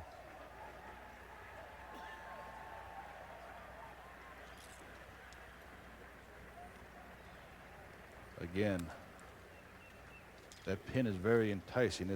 We've had 3 eagles today. Only 1 on this hole for the first 3 days. So we've had a total of 4. Last year we've had 10 eagles. So the hole with the firmness had made the eagles not as plentiful. Maltbie with a 3-iron. Right to left player, and if he bails, he cannot let it stay to the right. And he didn't, but he came over the top of the ball. That will hit the bank and hopefully stay up, and no, it will find the valley. Same almost identical place as Seve Ballesteros hit his. So Larry Mize and Ben Crenshaw are 3 under par. Mudd, Norman 2 under, Maltbie 2 under, and we have a race.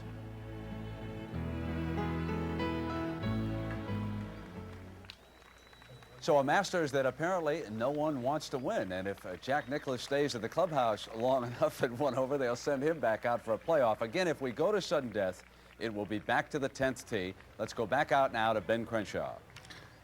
Crenshaw with his pitch, and I definitely will believe this ball will not see the right side of the flag.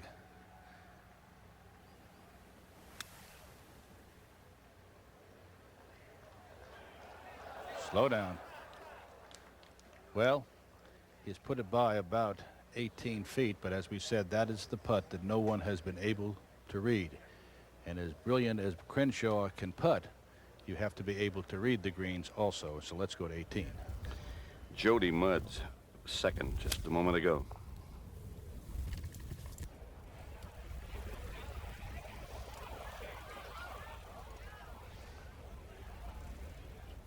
Back to 15. This was Larry Mize's 4th shot a few moments ago, coming up short of the green, and now live he is over his 5th stroke at this par 5, and he has really got to make bogey at worst. Once again, this hole extremely pivotal.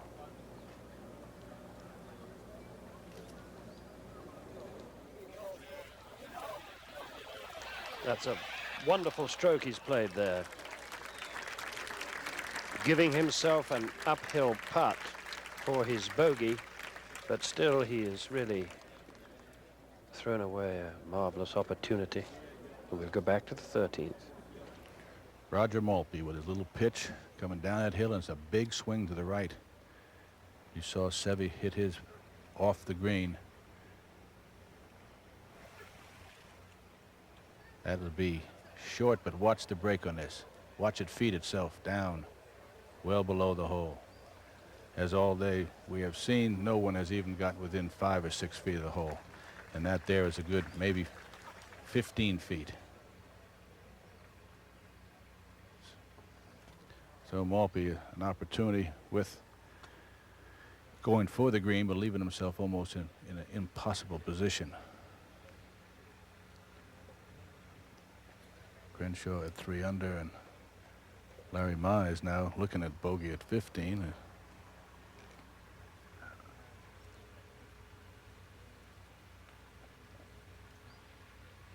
This putt here, as we said, you saw Bernhard Langer's take out to the right, and it just doesn't move. And for a second, let's go down to Brent Musburger. Kenny, let's ask Jack Nicklaus. Does Ben charge this putt out on the course if he doesn't know about the problems that Mize is facing right now? Jack, what does he do here? I think Ben takes a look at this putt. He knows that it's a very slick putt, and he can 3-putt it very easily, even though he's trying to make it, obviously. But that's a very, very difficult putt. I think he's got to try to just try to make it, but obviously by lagging.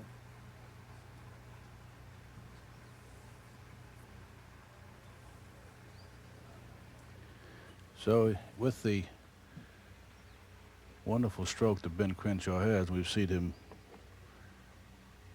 make some excellent putts, but this one he has to be able to read it right. And if he does make it, he will be the first one to really read the putt correctly today. It almost looks like he's aiming a little bit to the right of the hole.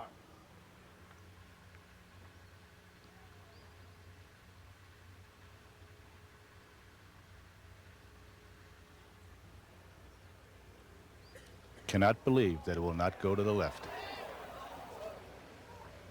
Misread by at least 8 inches. So don't feel bad, Ben. Everyone today has done the same thing. So he'll have 5, and let's go back to Brent Musburger for a second. Well, you know, Jack Nicklaus finished Ken Venturi with a 70 and is in at 1 over par. Jack, you had an opportunity to win this Masters this afternoon out there on the back 9. Well, I felt like under the conditions today, Brent, that if I got a good front nine, which I did, I had shot 34, that I had a chance with everybody backing up. I knew they were going to back up with this wind and the slick conditions on the greens, and I just I didn't do well the backside. I hit a bad tee shot at 10, three-putted 12, and even though I eagled 13, which was the only putt I made all week, honestly it was, and I just couldn't get any more birdies. Well, here's Roger Maltbie now for a possible birdie. This is important. Makes this, he could possibly go on to win. Hit it. Hit it. Lost his speed and stayed on the left side, but so close, but still again, both Maltbie and Crenshaw will leave par 5, 13th hole with a pair of fives. So as they leave here and go to 14, we will go to the 18th. This happened just a minute ago. Jody Mudd on the back edge of the green, down that slope across the two tiers. He has it left for par. We go to 14. Sports fans, he put some hurt on this one. He's 54 yards from the flag. The hole's 405 yards. I'm not real good at arithmetic at this particular point. I'm choking. He hit it so far, he's got to play a pitch and run here. Boy, there is one great golf shot right there. He's going to go just off the back fringe, but he's straight up the hill. And he motioned to me when he was walking up. He says, what do I do? He says, I got it so close to the green, I can't get it there. That was a brilliant shot. I've never seen a guy hit it 30 yards past the crosswalk. Let's go to 15. Seve Ballesteros with just exactly 200 yards to the flagstick, still not out of it at 1 under par. He's going to swing a 5-iron at it. You'll remember that last year it was the 4-iron that he pull hooked into the water. Now a chance to get a noble revenge. He knows he's still in the thick of things.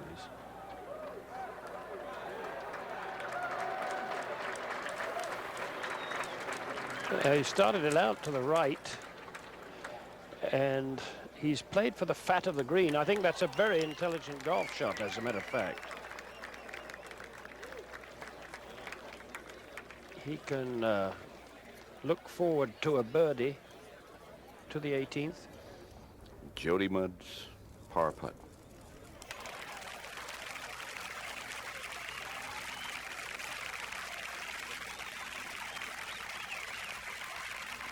Back to 16.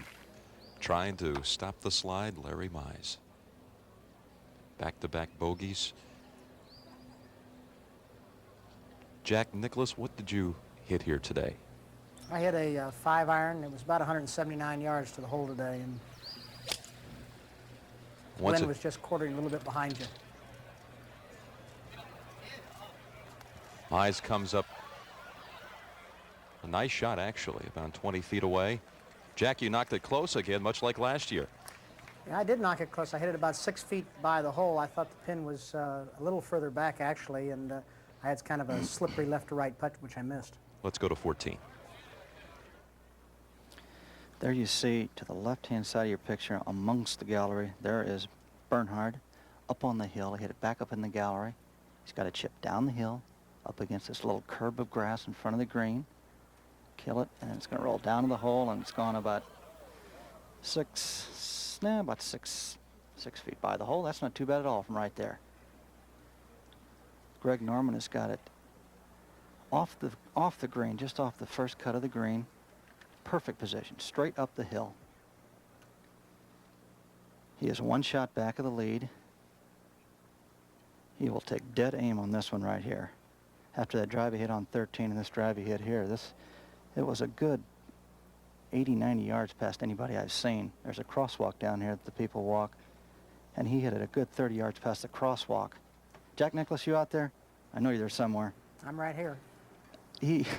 His ball went all the way down to the bottom of the hill past the crosswalk, 54 yards from the flagstick. Is that a pretty good drive? I've never seen anybody drive it, well, past the crosswalk, period. I've seen a few people just short of the crosswalk or on it, but that's an enormous drive. Actually, you still want to hit it that far.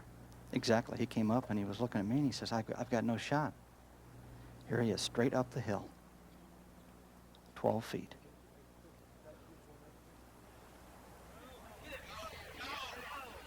Probably the first uphill putt he's had in a while.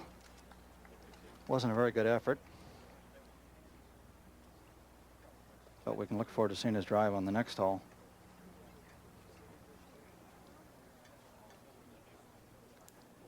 He's cleaning this thing up in a hurry here. I'd get a little nervous on this at this particular time of the day.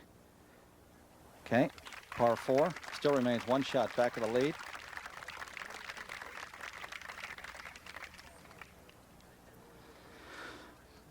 Brent and Tom, what do you got down there? Well, we have the 6-time winner of the Masters, and Tom Weiskopf. What are your thoughts now about this leaderboard?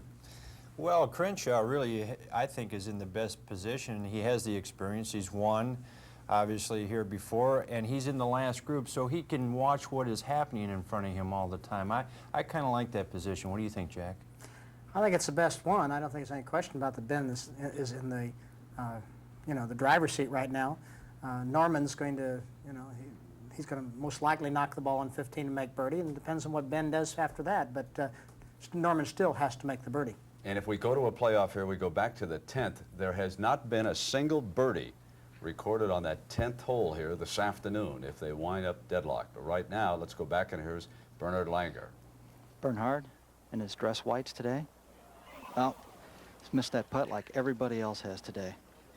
Low right. And he is starting to drift back in the pack. Let's go back to 16. And Larry surmising the 20-foot putt that could put him back into a tie for the lead. With Jody having a 2-under score already posted in the clubhouse, you got to think that there's a good chance his name might not be Mud anymore. It could be champion. 2 under, something to shoot at, and that's an excellent 69 today for him. Nearly double eagled the second hole. Now here's Larry Mize. Breaking to his left. It's a good looking putt. Broke away at the end. And let's go back to 14. Ben Crenshaw, 140 yards. Right center of the fairway, perfect position. No wind at all right here. Let's see if he can stop the ball on the porch here. Nope, back in the gallery. Let's go to 15. Where Seve Ballesteros has waited for the noise at the 16th to fall away to silence.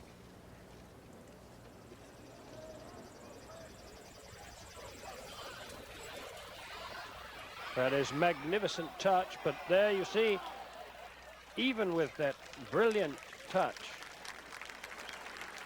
the ball gathered pace as it passed by the hole.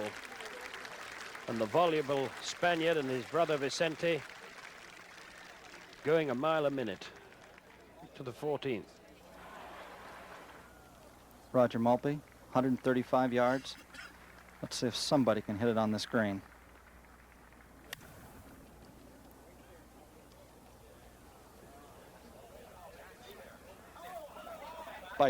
Bite.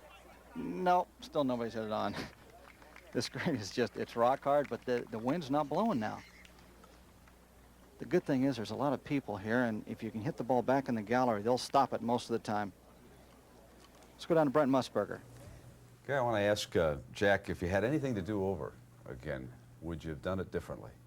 Well, I think that I really got hurt on Thursday, particularly on 13 and 15. I hit my 2 best 3-woods into the greens, and I walked off with 7 and 6. I came back on 13 a little bit, but the 15th hole last year was the hole that won the golf tournament for me. And this year I played it in 6-5-5-5. And if you're going to win the Masters, you just cannot play the 15th hole that way. And of course, the first 3 days I played the par 5s 1 under par. That's just not enough. That's 16. Larry Mize gets his par. 28-year-old born here in Augusta. Still very much in the hunt, only 1 back. Let's go back to 15. Earlier, this was T.C. Chen for his birdie. Falling into the last gasp, and he gets back to level par. And don't count him out. And now back live with Seve Ballesteros at a putt for his birdie 2 to get him to 2 under.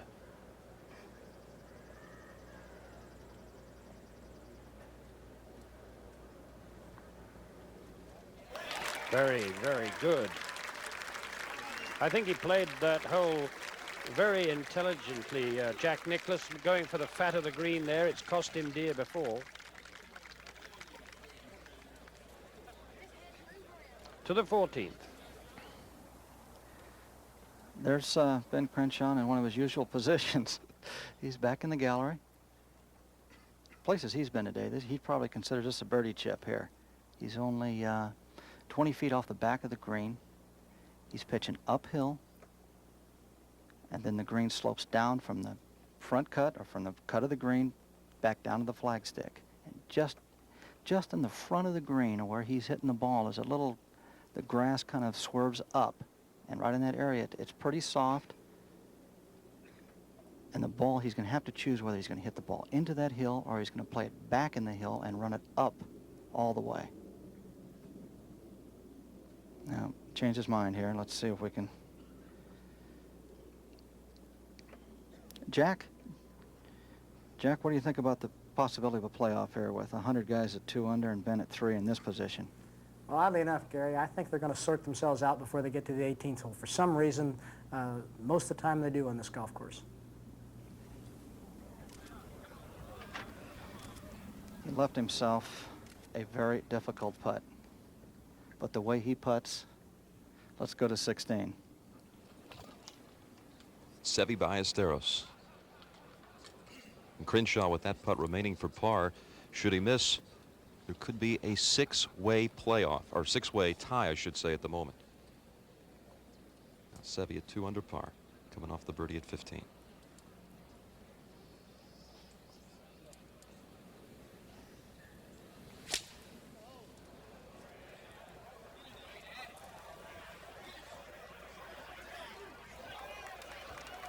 Over the bunker, a little bit long, but a good shot. And let's go back to 15. Bernhard Langer. Giving that everything. Ah. He had it online too, but the water claims another victim. He was firing in there from 235 yards, and there's little or no wind. Greg Norman is requesting a ruling because his ball has come to land where our camera tracks are, to 16. This is T.C. Chin. Now coming from the right side, should use the slope here. This could be very good. Actually, it was too strong, went through the slope. Let's go back to 15.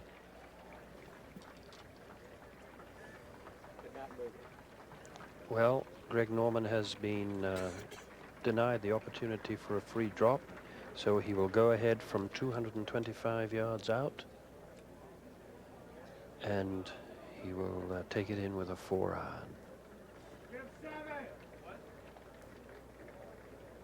Birdie, an absolute must.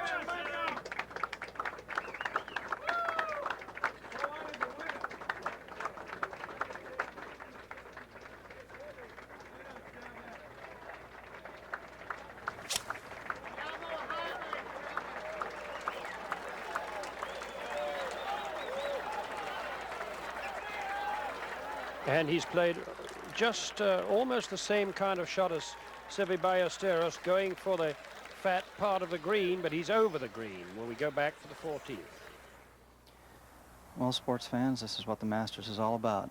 The leader's got a 7-footer for a par, lightning fast greens, putt will break sharply from right to left. Nobody does it better.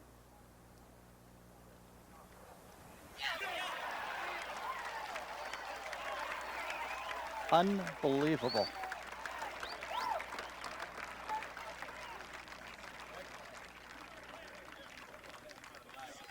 I cannot believe how many putts he's made today. That is just amazing to see on these greens.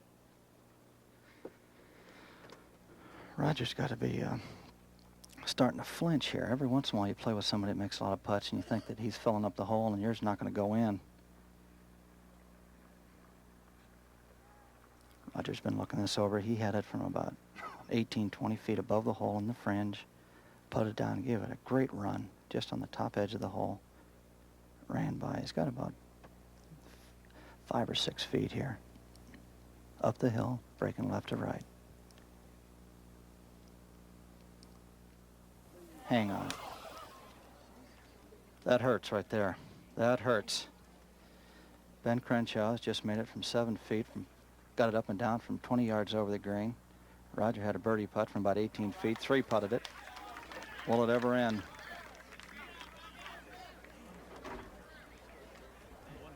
Let's go to 17. And Larry Mize, who is 135 yards out, right side of the fairway, getting ready for his second shot. Just a stroke off the lead, currently maintained in splendid fashion by Crenshaw with that putting round. Ben at -3. Mudd in the clubhouse at -2. Mize, Ballesteros, and Greg Norman also at 2 under, and Roger Maltbie having bogeyed the 14th, falls to -1. Very generous pin placement here on 17 today. And that's not the best drive Mize has had this week.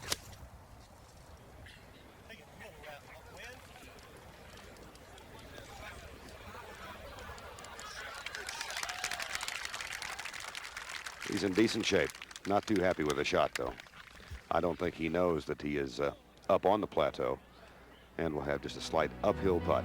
So our leader through 14 holes in the final round of the 1987 Masters, Ben Crenshaw, but he's got a quartet of golfers just 1 shot back. Greg Norman, exactly the same line as Seve Ballesteros before him. Just fast as can be. That looks pretty good to me. My word, that's a great shot. That is magnificent. Didn't think it would get there for a time, but it just gathers pace as it goes down over the hog's back. To 16. And this could tie Seve for the lead. Jack Nicklaus, this is essentially the same line you had today, but a little bit longer. Yeah, I had the putt the same line as Seve, and it really breaks right fast. He's got to really get it up the hill, and can't have much speed on it either. Looks good. Oh!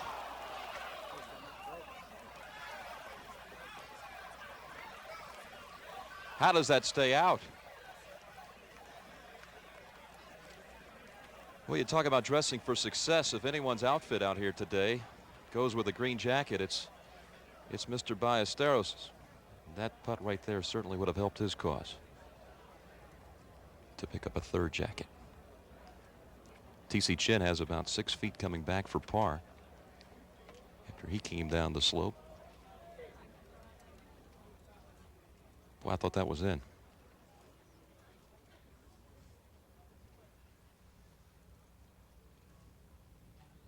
Jack, it looks like Seve will need to pick up a birdie with Crenshaw still having 15 to play. This is at 15, longer missing.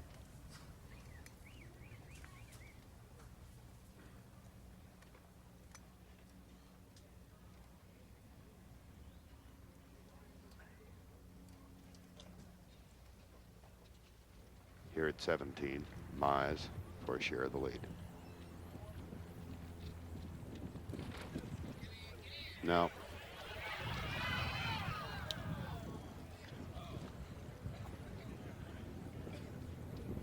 Had really never had a chance from the moment he left the blade. So Larry will stay at 2 under, assuming successful completion of this putt.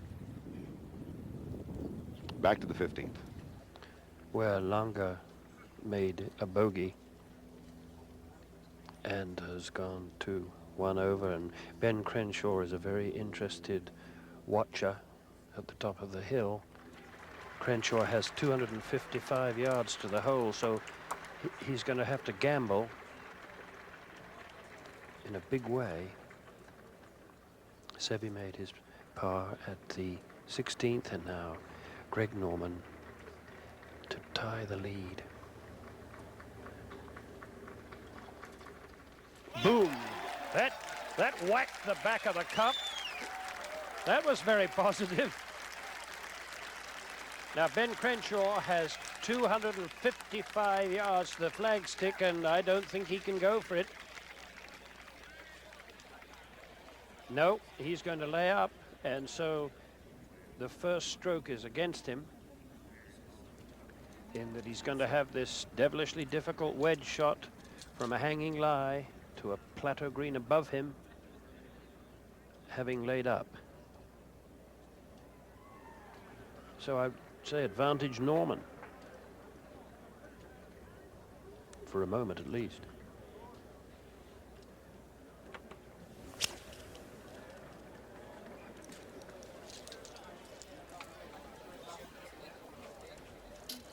Well, he's left himself 105 yards from the flagstick.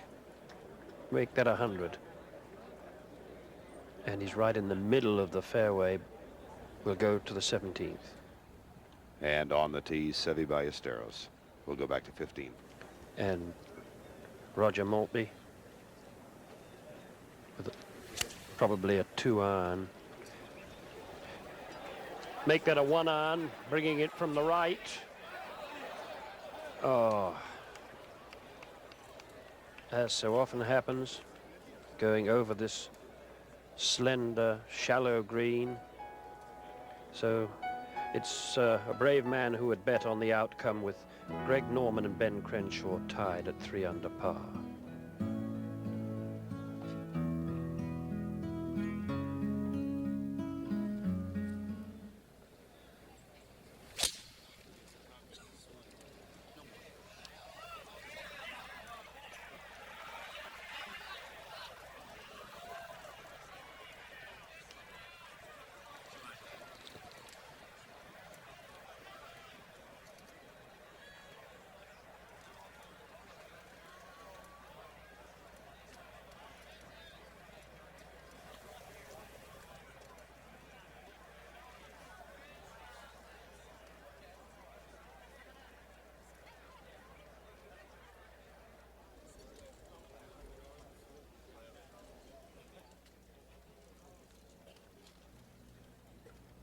Greg Norman and Ben Crenshaw at 3 under. Jack Nicklaus, how does Greg Norman relate to the rest of this field now?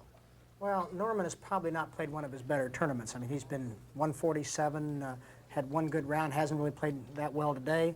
Norman can do that. He's the kind of player, he is so strong and so good and so dominant right now, he cannot play well, or he can play poorly and still probably win the Masters. What about this chip coming up for Crenshaw at 15? He couldn't have a more difficult shot to try to get close to the hole. Ben's a very good wedge player, but it's a very, very difficult shot.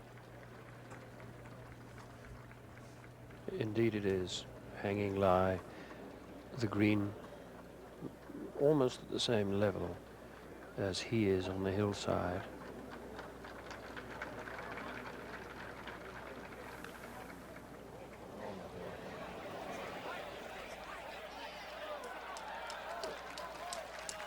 I would say that he'll be very happy to 2-putt from there. And he's obviously considerably crestfallen. Not one of his best.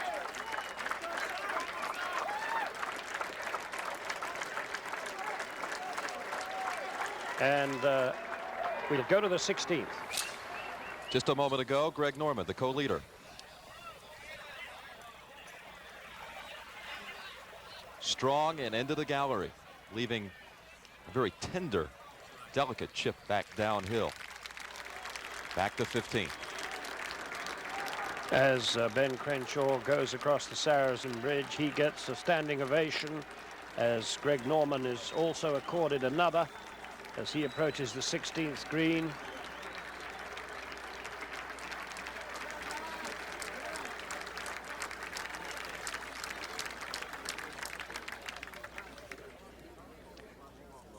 And he will have to wait to see what Roger Maltbie can do from behind the green.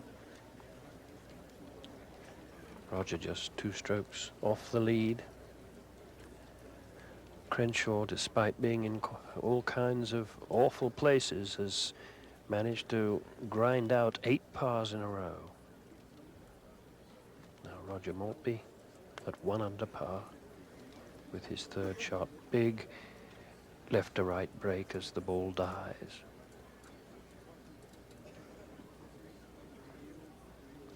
Of course, that water stares you in the face.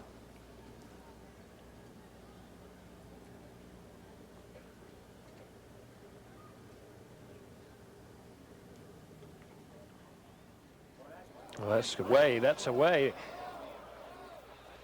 That'll go off the green. My goodness.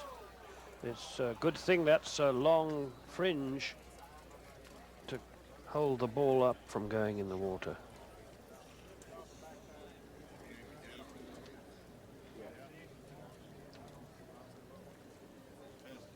I think, however, that Crenshaw will be away.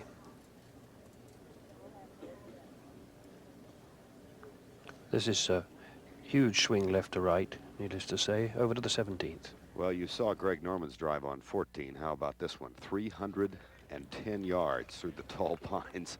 Seve is 90 yards to the hole. He almost drove the crosswalk here. We go back to 15. Well, it will require all of Ben Crenshaw's wizardry with this blade if he is to make a birdie here. And he knows that he could so easily 3-putt if this one gets away from him.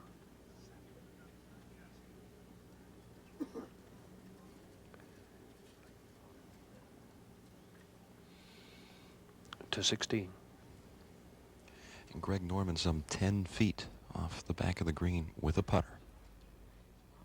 This man who took up the game at the age of 16. In 2 years turned his game from a 27 handicap to a scratch golf. Thanks to a couple of books written by Jack Nicklaus, our guest in the studio. Well, it's going to be too strong. And that was the difficulty there. Once that ball was on the green, it wasn't going to stop. So now some 20 feet coming back for par. Let's go to 17. Ballesteros.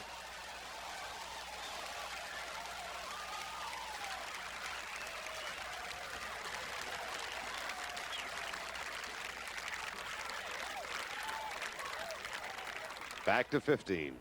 Where Ben Crenshaw has heard that roar from 17, now the crowd falls silent.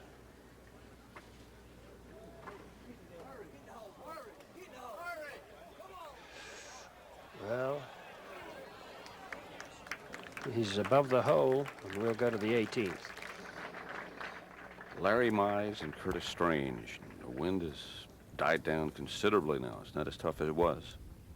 Right now, Pat, every shot is important. Every one we begin to see now will be important. Mize at 2 under needs birdie to get to 3 under and tie for the lead. 9-iron from 135 yards. A good solid swing. Oh, check. Here it comes. Look, watch this. Watch this. Oh, magnificent. What a wonderful shot from Larry Mize.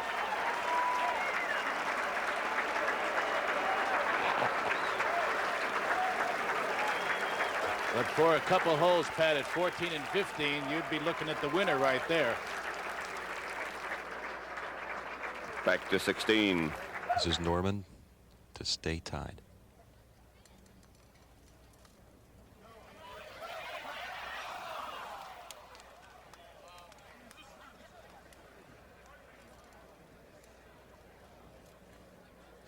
That bogey will drop him now behind Ben Crenshaw, and Seve, of course, just a couple of feet away from moving into a tie with Ben at 3 under par. Let's go back to 18.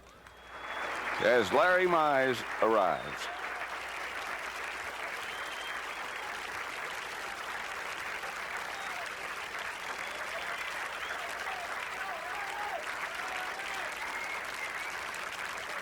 A very well-deserved applause, Pat. That was a brilliant shot. I'll say again, except for 14 and 15. Back to 15. There you see how Crenshaw's lead stands, and he has this putt for par to maintain it, and he's looked at it from every angle. Ben Crenshaw by 1 as he go to the 16th hole.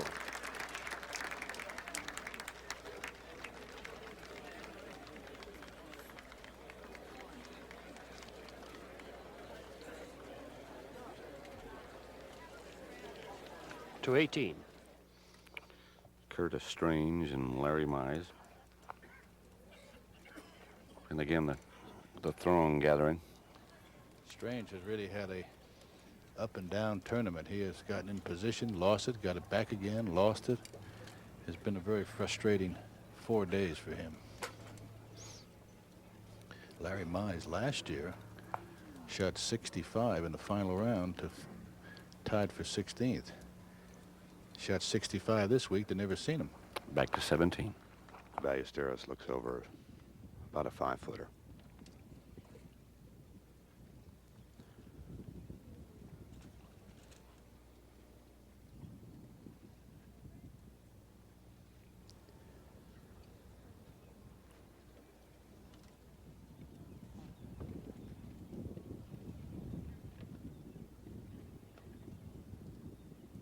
If it's good, he ties for the lead.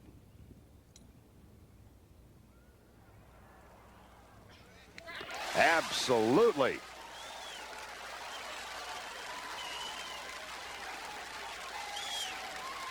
Never a doubt.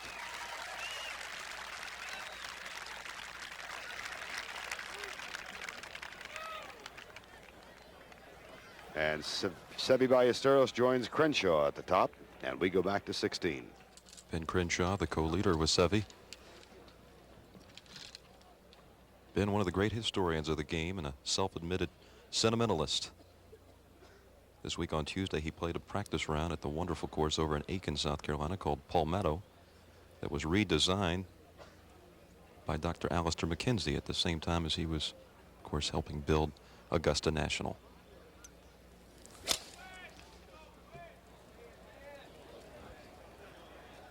This one starting out to the right, coming back in. Does he get the advantage of the slope here? Yes, here it comes. The ball is still moving. Funnel-like effect there for Crenshaw, and he leaves himself an uphill 20-footer for birdie. Last time he played Palmetto was back in 1984, the year he won the green jacket. And again, he was back there on Tuesday. Now Roger Maltbie, who has birdied 16 the last 2 days. First, let's go to 17. Greg Norman on the tee. Those two tall pine trees both can come into play off the tee.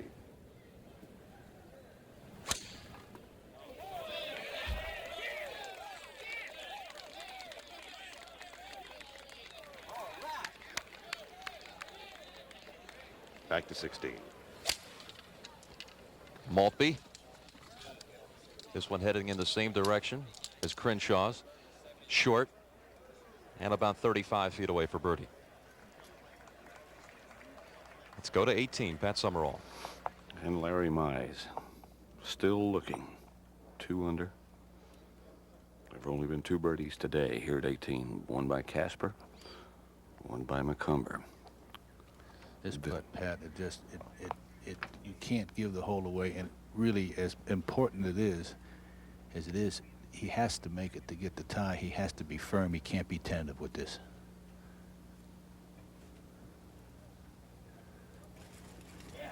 All right. A trio of leaders now. Now it's just a matter of sit and wait.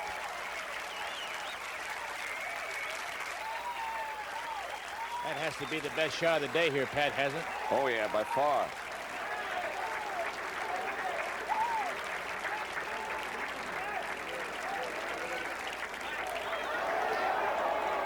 He's got the numbers. Let him shoot at it. They had just a double roar here. One for Larry Mize, calmed down, and then they posted Seve's score at 17 with birdie going to 3 under, and they are anticipating now of going down the 10th hole, the first playoff hole. Yeah, there's the way the leaderboard looks. Larry Mize, Ballesteros, and Crenshaw all at -3. Mud Norman at 2. Mud is through. Mize, Ballesteros, and Crenshaw. Larry Mize is living a dream. Born here in Augusta, now lives in Columbus, Georgia. Attended Georgia Tech. A roller coaster ride today, if you will. 6 birdies and 5 bogeys. And Tom Weisskopf, what's your feeling about Crenshaw's putt out there at 16? Well, he really has an easy putt, even though it is 20 feet, Brent. And he'll get a good read off of Rogers' putt, who will putt previous to him. He's playing to his strong suit. You know, all he has to do is get the ball somewhere around 15 or 20 feet. And he's such a great putter, and if he can continue to play good shots coming in, he still has the advantage, I feel. First, it's Maltbie, and he'll show him the line, and we go back to Jim Nance. Maltbie must make 2 birdies coming in. The pace set by Mize in the clubhouse, and a good putt there by Maltbie.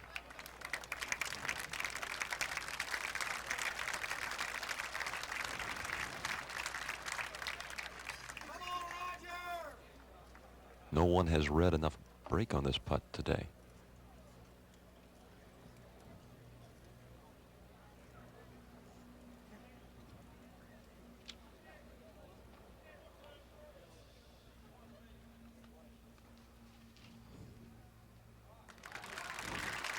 One under for the tournament, 3 over today, Roger Maltbie. But now all eyes are focused on Ben Crenshaw. First, let's go to 18. Ballesteros has had his look. 155 yards and right in the center of the fairway.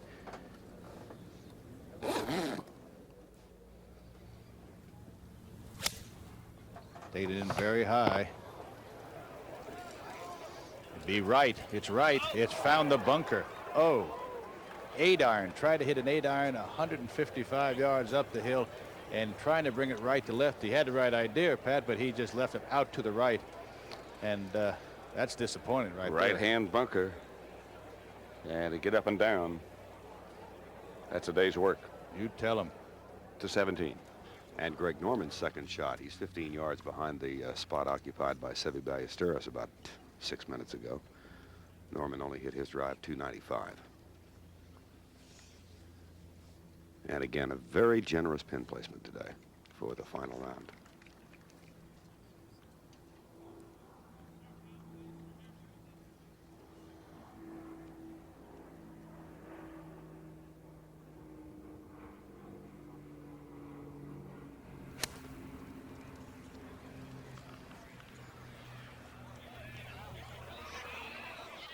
And we go to 16.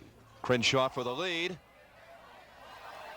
And, oh, he left it out on the right side. And then, as I had mentioned, no one had missed it right today, but obviously he was watching Maltbie's putt. And almost went. One of the all-time great scrambling rounds today for Ben Crenshaw, and he remains tied for the lead with 2 holes to play.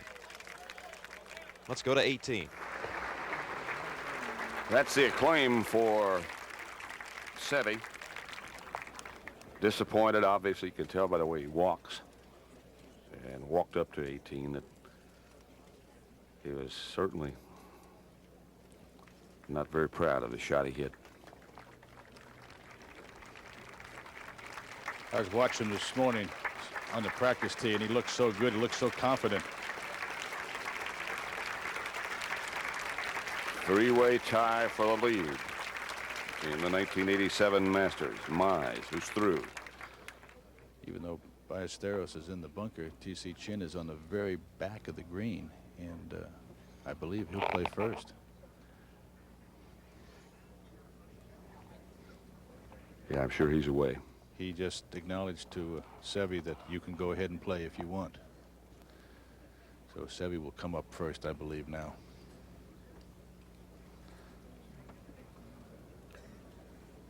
It's going to be very hard to get close, Ken. You bet. And I think it's a wise decision letting him go, because T.C. Chin will take some time to look over that putt, and you don't want to get in this bunker and spend the rest of the day and wait. You want to get it over with. If you're on go, push the button. Not much doubt about the fact that he's on go. The way he's looking at it is definitely not buried. So that ball will come out and he plays it straight. It's a straight or else it'll come off the hill. Playing dead straight at it.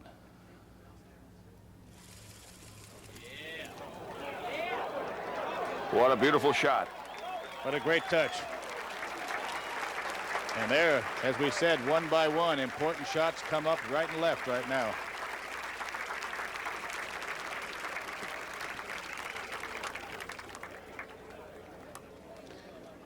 He made an awfully good putt at 17, and this one here is really dead straight.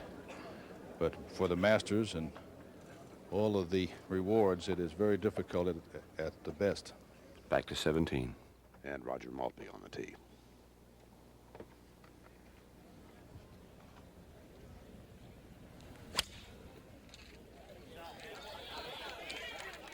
They liked it there.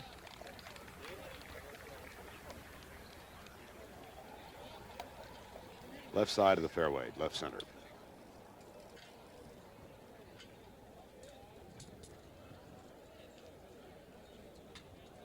And on the green, Greg Norman looks over this uphill putt, which if good would give him a share of the top spot.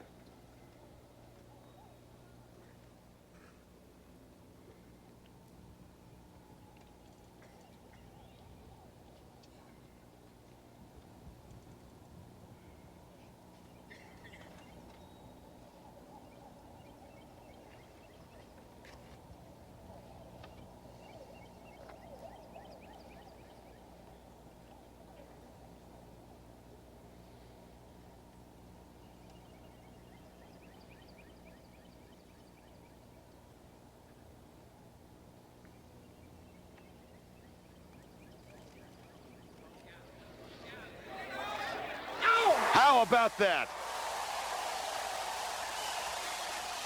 What a bold effort for Greg Norman.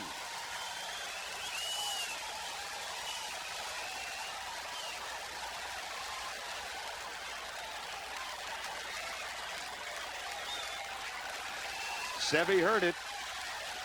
Up on 18.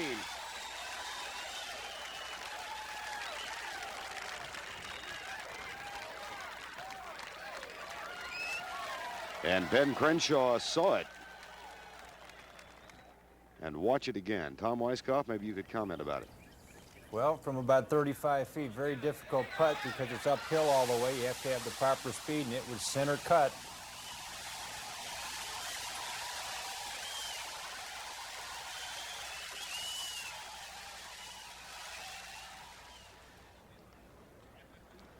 Now Greg will wait while Bernhard Longer tries to complete play here on 17. Longer, the crowd you hear is Longer just made an all-world par. But that only keeps him at +1, and we go to 18. T.C. Chen. That's for 4.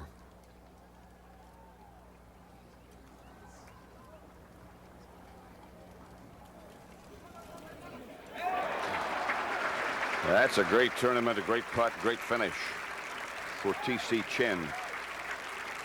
But now here's the one. How many times have we said it, Pat?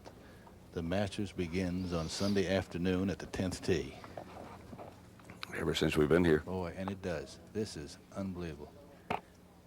Seve, just as Mize had, Mize was coming just a little bit higher up. But Seve's putt is really one that has to be just about straight. It will move a little bit left, but he's got to take the break out of it. He has to hit it firm. He knows. Yes. He sure does. What a great par. And another finish at 3 under.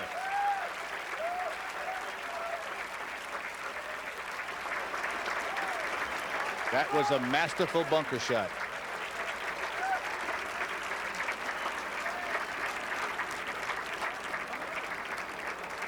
Mize is finished. 3 under. Ballesteros, 3 under. Norman now 3 under, and so is Crenshaw. We got double applause here at 18. Applause Sad. comes up for Seve, goes down, and then Ballesteros walks off, and they post Norman's score. And Norman back on the tee. 405-yard par 4, left to right. And he wants to go left to right and long. Look as if he did. They accept it. He drove over the bunker. I played here the other day. I couldn't even reach it. He drove over it. Over to 17. Ben Crenshaw, right side of the fairway, 125 yards out. 9-iron.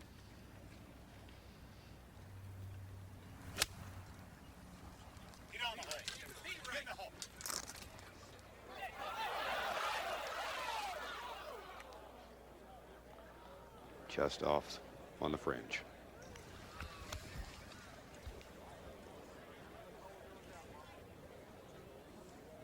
Now Maltbie, center of the fairway. Same distance, 125.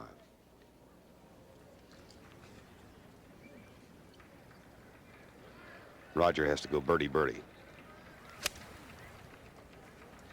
to have any hopes for the playoff. Well, that's a good start.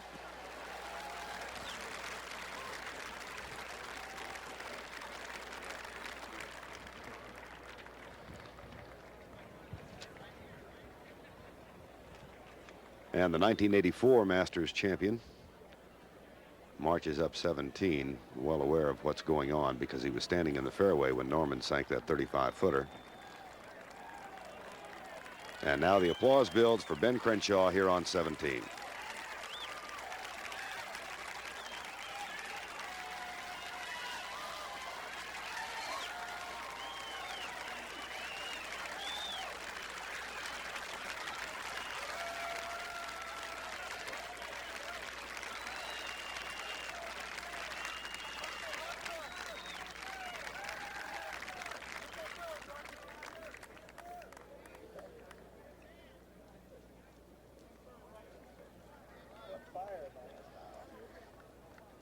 Kind of typical of the day he has had. He was a little bit right with the tee shot, just off the back edge.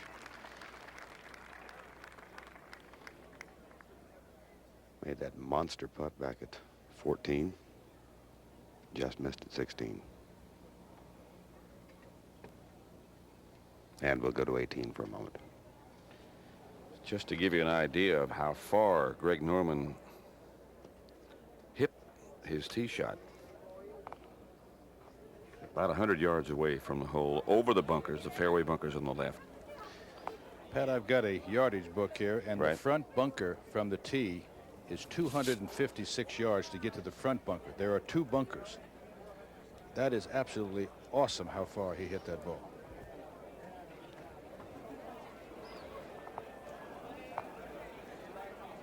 Back to 17. And Ben Crenshaw.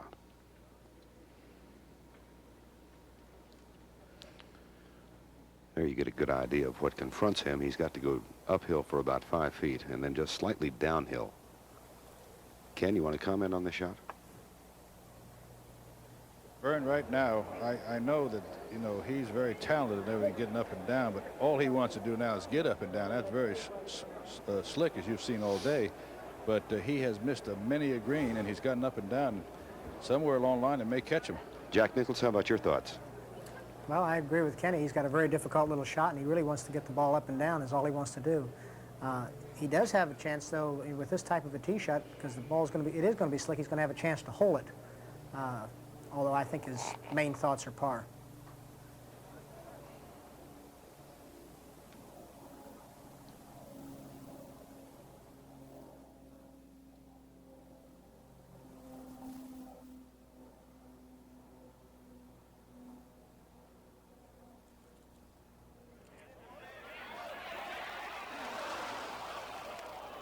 Well, that's 4 feet, but it is uphill coming back.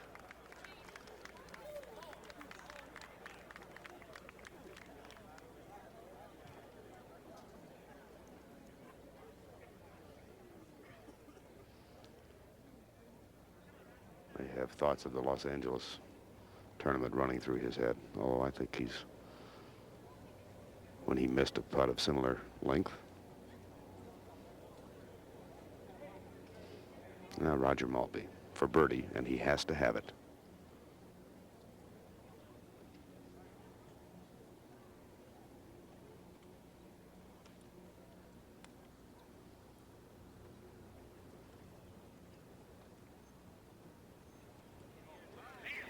And he got it.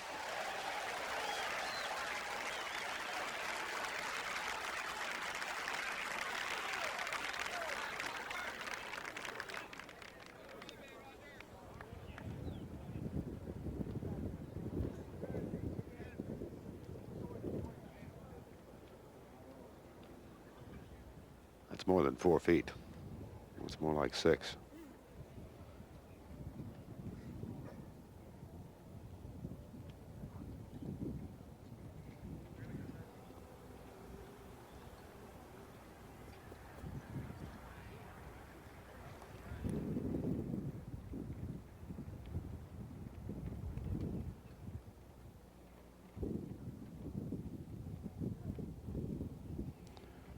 Back at 18 for the moment. Greg Norman still surveying. Even though he hit a long tee shot, Pat, and far left, he does not have the best angle, because if he's a little bit short, he'll run down the hill. If he's a little bit long, he'll catch the hill and go to the right side of the green. Back to 17. Crenshaw to save his share of the lead.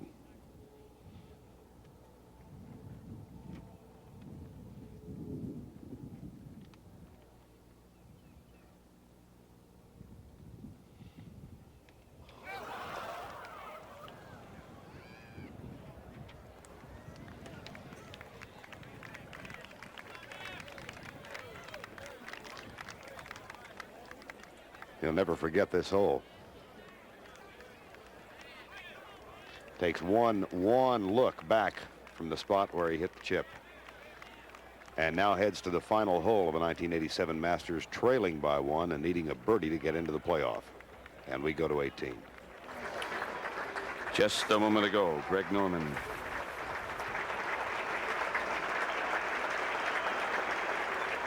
Takes it long up the hill, catches that hill and rolls to the right side of the green. But that is a makeable putt, Pat. Believe me, that putt can be made.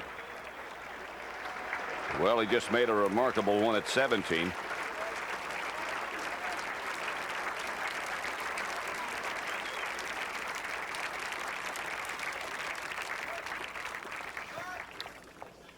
Ken, I'd like to go back, if we may, back to what Tom Weiskopf said, I think, on the 6th hole or 5th hole, or when Crenshaw was doing that remarkable scrambling, getting up and down.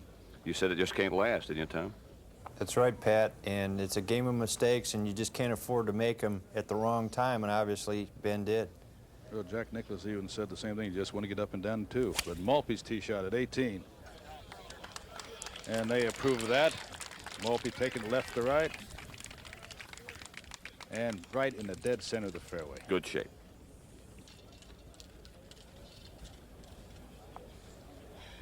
Ben Crenshaw, Pat, has only one number in mind. If he wants to go down number 10, if Norman does not make, he has to make 3.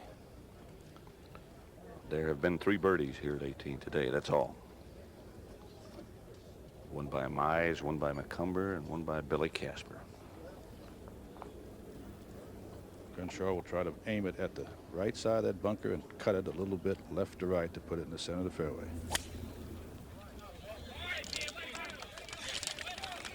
And that looks pretty good too, Pat.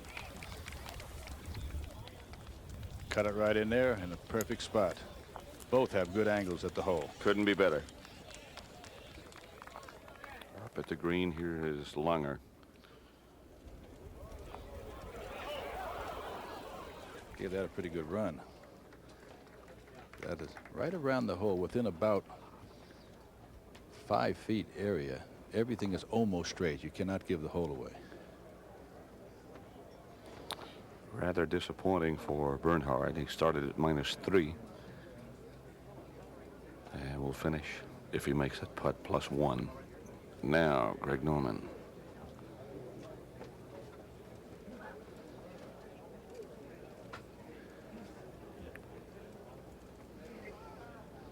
Only he can prevent the playoff, Pat, and everybody else with Mize and Ballesteros in the clubhouse. Crenshaw needing birdie to get to 3 under.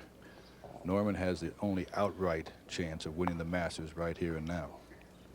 Wonder, Ken, what his memories might be of last year when he had a chance to tie Jack Nicklaus. Well, that was for the tie to go extra holes. Right. If he misses here, he goes extra holes. So it's a different. He can outright win it right now.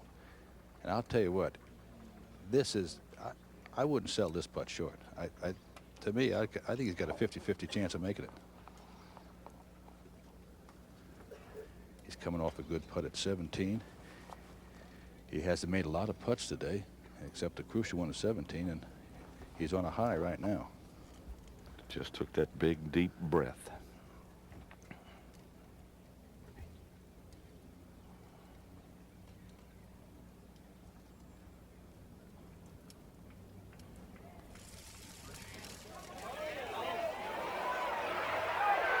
Oh my gosh, I don't believe it. That you cannot hit a putt any better than that and not have it go in. You're not the only one who doesn't believe it. I just had a feeling he was going to make it. I really did, and what an effort he put on that. My goodness. So no matter what happens, there is a playoff, and looking down number 10, they are all moving to number 10.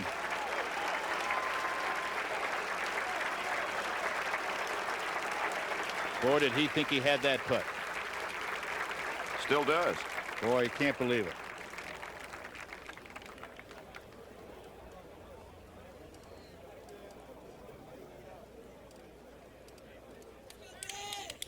Watch him. You think he thought he had it, and I did. Here's Lunger.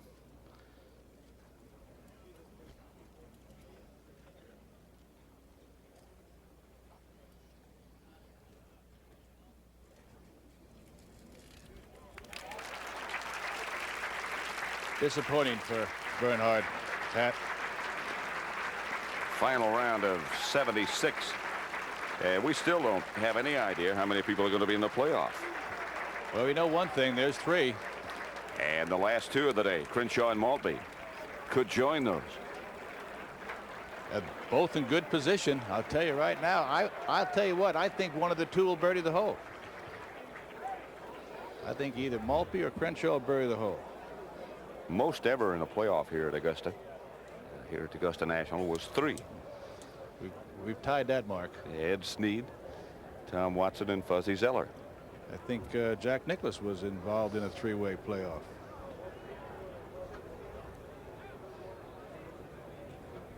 Roger Maltbie, 150 yards, a right-to-left player at a perfect position.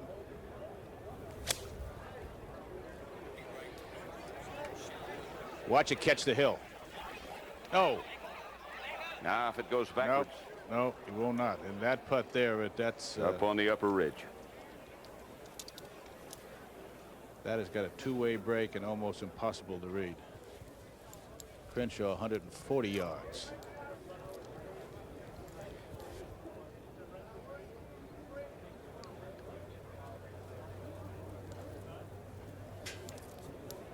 Crenshaw today has only hit 8 greens in regulation, and 4 of those were on par 5s. And now, look at him going down number 10. This is 10. You'd think this was the 18th hole, looking at all the people. They know that there is a playoff.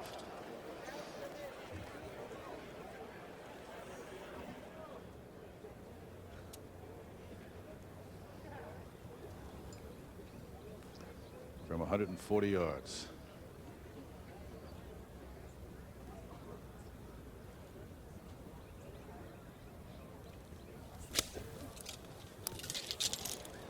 He's got it on line. Don't bounce too hard. Watch out. It'll come back. He'll have the identical putt of Greg Norman. Exactly. Almost the same distance and certainly the same angle. So there's still more to be done. 3-way tie for first, and there could be more.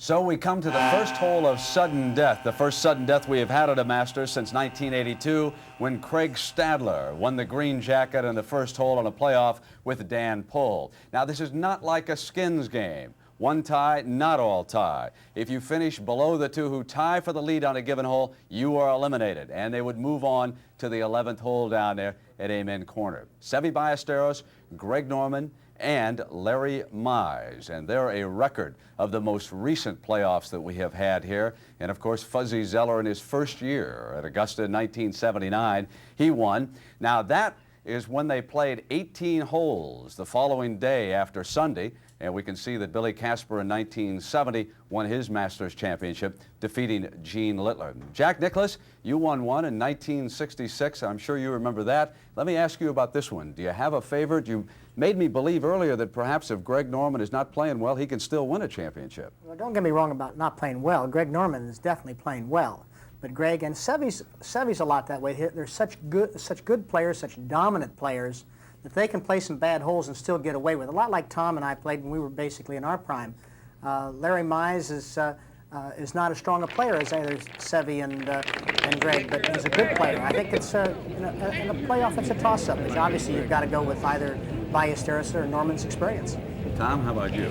Well, I look at another factor in a playoff situation. I look at the good golf swing to repeat under pressure, and there's so much pressure, obviously, in this particular situation, because it's kind of like shooting dice. You know, you can be very unlucky, or you can take command, but let's look at the three swings. Greg Norman has a very sound golf swing, and Seve, very artistic, beautiful golf swing. Larry Mize has a little bit of a long, lazy swing, so I would say he would have to fight the pressure more in his swing than the other two. Jack, Norman has been driving the ball awfully far. Is he in danger of driving into trouble on this particular hole, the 10th?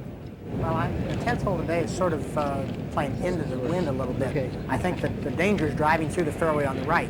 They're going to be pumped up, but I don't think that they're going to be in that danger today. All right, the draw for honors. Ken Venturi is out at the tee, and let's go to Ken. Ballesteros is first to play. Larry Mize will be third. That means that the last one to draw was Norman, and he will be second to play. All right, Greg. So Seve will be first to tee off. Greg, I need to give you Larry Mize my card. Okay? Okay. Good luck. Thank you. Good luck, guys. Good luck, fellas. Very good. Each one has wished each other luck. They've shake hands, and they are going to number 10. Please. The wind has kicked up a little bit, and it's coming in their face. This hole's going to play a little longer, I think, Murph, right now. I think you're right, but not as briskly as it was blowing when they played earlier, Ken.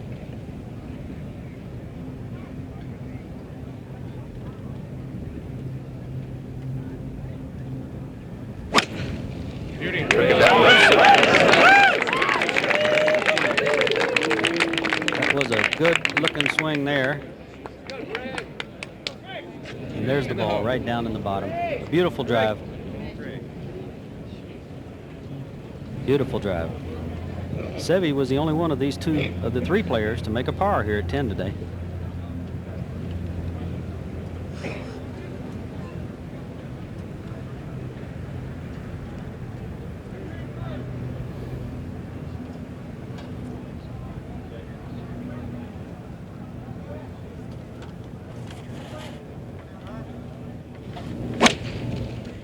That's going right, Murph.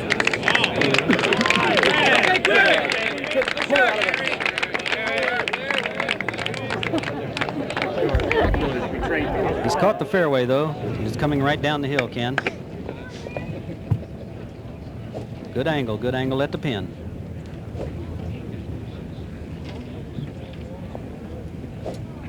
Kenny, you can't help but think about Larry making one of only 3 birdies made at 18 all day to get in this playoff. And what a great shot it was. Gotta get off. Gotta get off.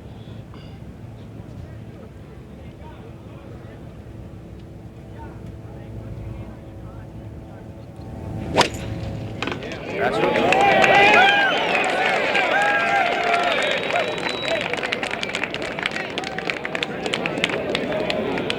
That's going very well. Boy, that is a big drive. I mean, he has screamed it down the left side, Ken. Get some people with that sign. It's a beautiful drive. So as the players stroll down the 10th hole, we'll be back with the playoff sudden death at the Augusta National Golf Club.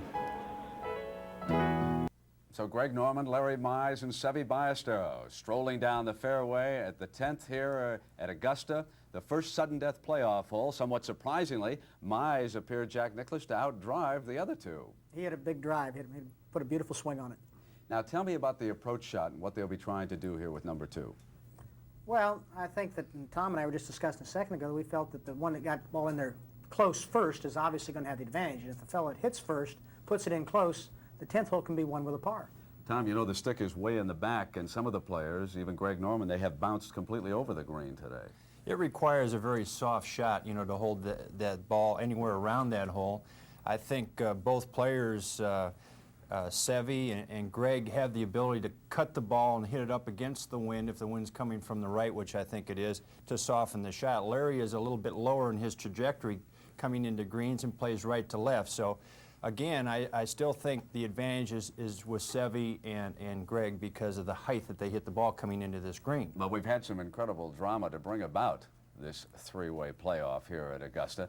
Larry Mize, the young man who was born here in Augusta at the 18th, needed this putt. Yeah. All right. A trio of leaders now. And back at 17. Now it's just a matter of... It was the great White Shark, already 6 bogeys and 5 birdies going to this birdie attempt. Roller coaster on the upswing.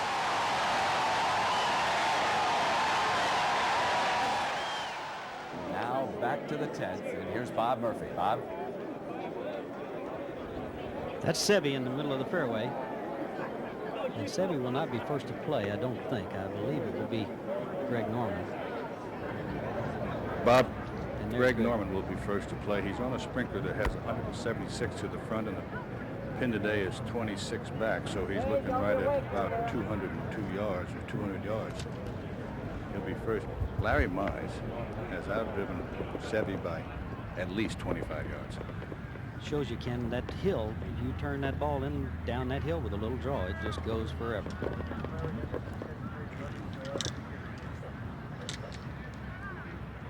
What club is he taking there, Ken? I'll tell you in 1 second there. Trying to get there. I don't get too close to him. This hole has not been kind to Greg Norman. Last year he made 2 double bogeys on this golf hole. He's taken 5 iron, so I think he's not pumped up. He's 200 yards, 5 iron. He bogeyed the hole today, made 3 pars otherwise.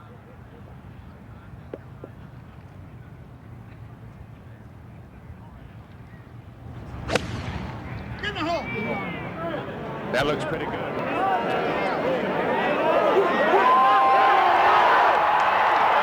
As good a shot has been hit all day, Ken. It's just gone through the green, but it's not a bad putt at all, believe me. From that angle, the slope he was on, beautiful golf shot. He took it right at the hole, no question about that.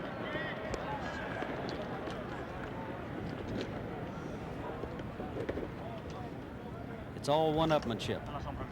Seve right now is about 175 to 180. What a hole for a playoff, Kenny. This hole is playing so tough, the ball just refuses to hold. He's leaving that to the right side of the green. And it's just above the hole, and just 1 foot off the back range. Very makeable putt, and he will putt that on reasonably. Not quite the angle that Norman has, however, because he is going downhill.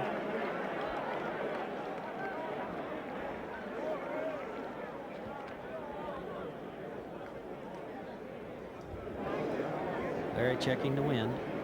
The wind is slightly into him and blowing from his right to his left. Bob, he's not more than 165 yards. This is his biggest tee shot with this wind. He's taking the 7 iron. I Well, just got that's- the word from his caddy. That's a good club then, Ken. That should leave him under the hole. Good shot for Larry. The gallery are all Augusta, and they're going for Mize. They're not holding it back. They applaud for him. And well, they should. Well, they're not only going for the local, I think they're really going for the underdog, too. Darn right. With a 7-iron.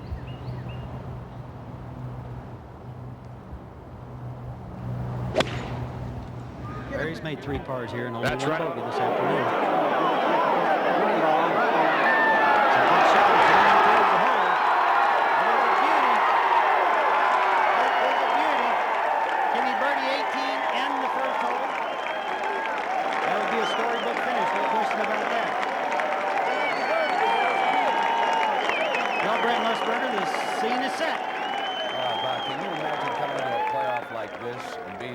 Seve Ballesteros and Greg Norman. Certainly the possibility there for Larry Mize, and Jack Nicklaus just saying that's the best spot on that green to have a putt right now. Let's take a look at some finishing scores. Tommy Aaron, a Masters champion. He played extremely well here this year. There's Seve Ballesteros involved in the playoff. Andy Bean, a bit of a disappointment here one of these years for Andy. Mark Calcavecchia had a fine closing round today. T.C. Chin finishing at 2 over par. Howard Clark there. Ben Crenshaw, bitter disappointment, missing that putt down there at 17, unable to get it up and down. David Frost at 12 over, one of the bright young stars. Jay Haas at 1 over and a tie with Jack Nicklaus, so they'll be splitting some pay money there. Donnie Hammond, Mike Hulbert, Kenny Knox, and Tom Kite. Kite usually a little bit closer, but still a very respectable 6 over. Gary Koch had a fine closing round here today. Bernhard Langer has to be disappointed. He finishes at 1 over. Bob Lewis Jr., he is our leading amateur. Amateur has meant so much to this tournament, in the words of Bobby Jones, and he'll be down here along with our champion to be honored. Sandy Lyle at 3 over, and John Mahaffey at 9. And they now come up to the green at number 10. First hole of sudden death here at the Masters. Bob Murphy. Seve has a problem. The crowd is, some of the gallery is standing up, and as a result, he has a lot of shadows. The shadows being long in the afternoon, the shadows now are hovering around his ball as well as in back of him. So he's asking some help from the rules officials to ask the people not only to sit down as they are sitting down, but to please remain still. Please do not move when he putts, because I don't care which one. You have to move back. Move back. He's asking back to move. row back there. Yeah, it's going to be the back Please row move. back there. That can be very, very distracting. So I feel that he's doing the right thing, even though Ken Venturi, they're going to have trouble moving the people as stacked as they are. And it could possibly be the top row. That's what they're looking at. If they sit down in the back, they can't see, and they've been here all day, some of them, just to watch this. But speaking about all day, you've been here all day, and you can call these a lot better than I can right now, Murph. Well, I can tell you that there's no question that Larry Mize is in the driver's seat. I would also doubt very seriously that either of these 3 balls is going to be short of that hole. He will get the putts to the hole. The gallery is quieted down now. I still don't believe they've done what Seve has requested. But we'll find out whether or not he wants to play. I can see the shadows moving behind his ball, so we just have to hope that they understand his request, most importantly. Murph, you've been here all day. These have to be 3 of the best shots that you've seen all day. I can tell you for sure they're the 3 closest in any group. That's for sure, even though, of course, we played twosomes today. I think what you're looking at right here, I think you're looking at first in wins. It's easier to win than it is to tie. You're right. This putt will go to Seve's right and then straightens up the last 5 or 6 feet of the putt. So strictly a touch putt, downhill speed of the essence.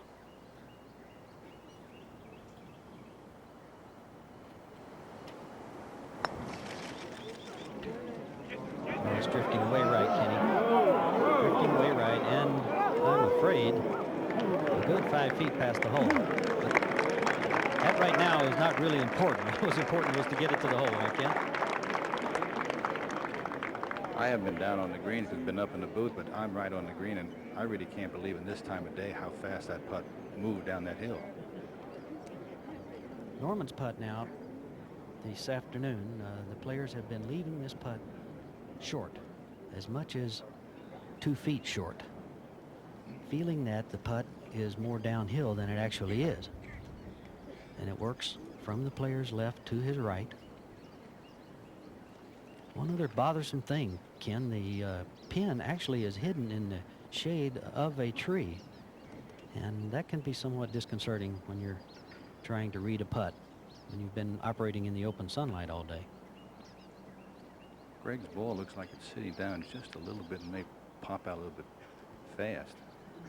But he's been here once, and I don't think anything has changed. He had a very similar putt today. He was on the green, however, for par, and he missed. For a birdie.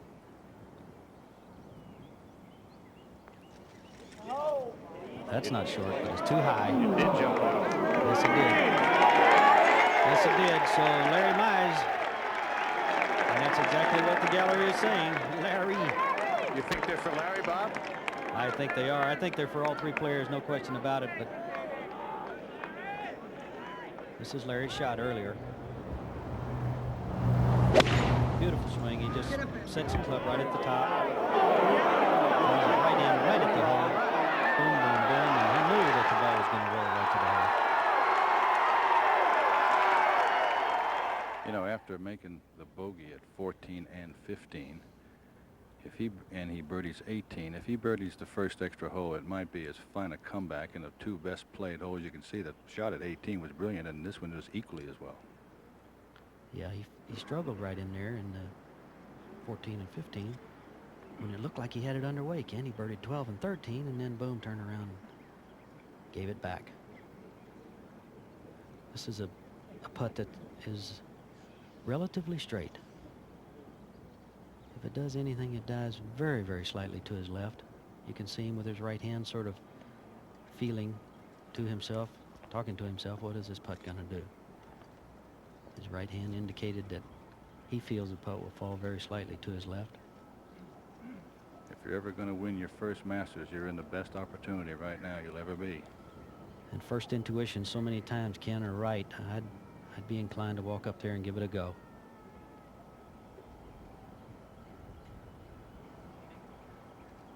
He looks calm enough to do it. Must get the ball to the hole to win the 1987 Masters.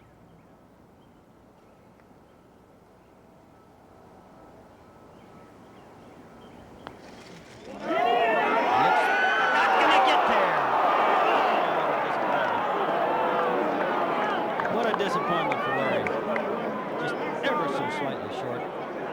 And don't forget that Seve, you're going to have some action around here now, and Seve's Norman, very difficult putt. You're absolutely right. He certainly had to go to school on Larry's ball, breaking as rapidly as it did when it slowed down to the left. But he can't play much break on this putt. His angle is a little straighter, Ken. Well, he's made one of these at 17. He made one for par at 18, and now he has this for par at the extra hole. So he's got the feel for the short putts. I feel certain that he'll make it.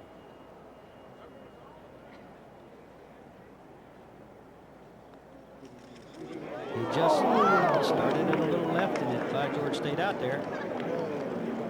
You told him it was straight. You've been here all day. That's the advantage of seeing that. And yet you got Norman to putt. How long has he got? Norman appears to be about 3 feet. A good tournament, Seve. Hard way to lose, I'm afraid. There's no good way to lose. Well said.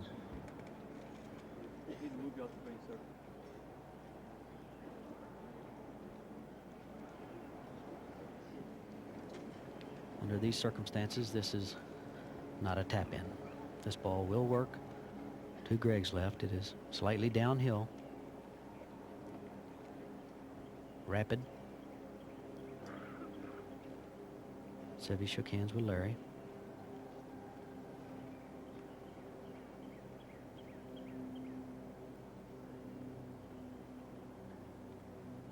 To tie and go on to 11.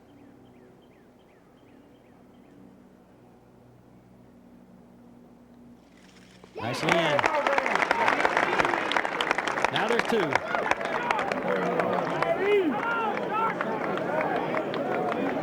the 10th hole. Sends Seve home after a great tournament. For a fantastic champion, Seve is. And Steve Melnick, they're coming to you. Indeed they are, Bob. This wonderfully appreciative gallery of 5,000 or 6,000 now lining the right of the 11th fairway, the long shadows of the day, as Norman and Mize make their way to the 11th hole of 455-yard par 4.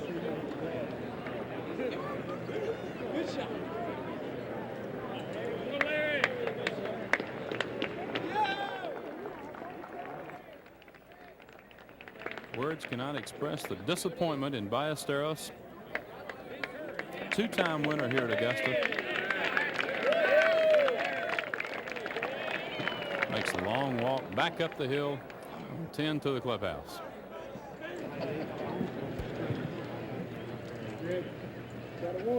In a sense, Norman's great length will come in as a huge advantage here at 11. Although Mize took the advantage of the hill at 10 and outdrove the other two. Norman, as you can see, has had problems with 11 all week. 2 bogeys, 2 pars. Giant cathedral pines flanking the driving area here at 11. This wide plateaued fairway, very receptive to a drive that goes from right to left.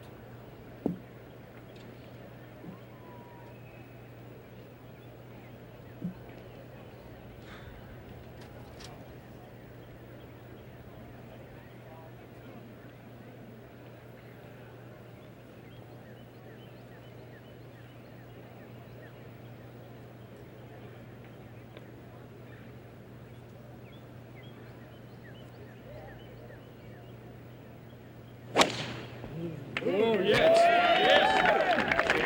Kenny? Right now, Norman's only got 1 speed.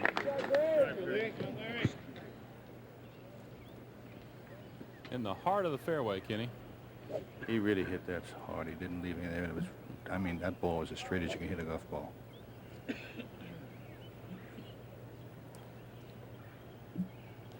Mize has played 11, 1 under in 4 tries.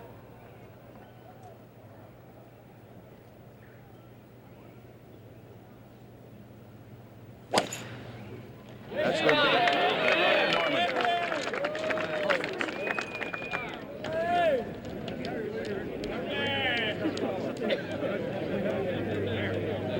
Larry in the right side of the fairway.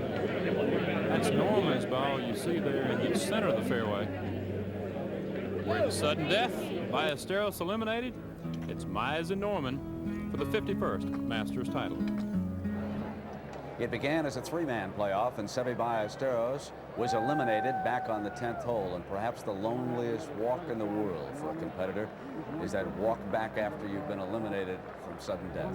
But the 2 competitors continue, and Norman has outdriven Mize by some 25 yards.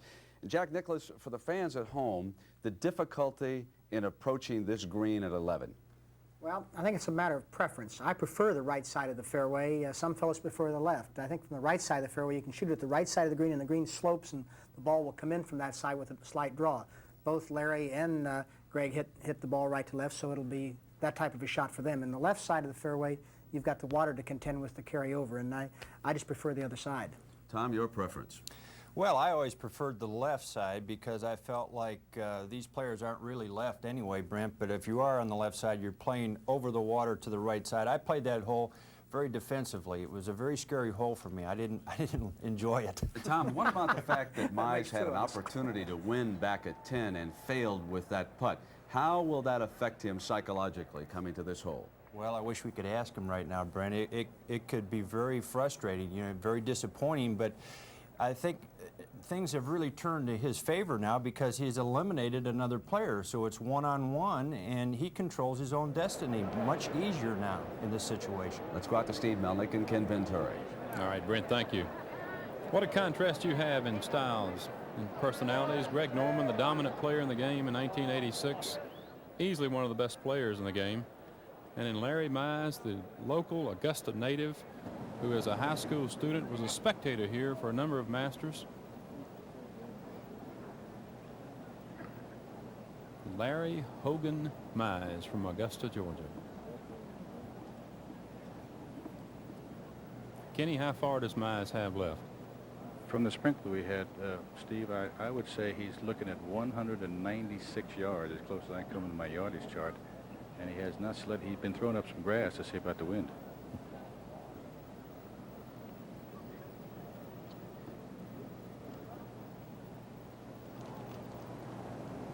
His caddy just told me 194. He's taking a 5-iron.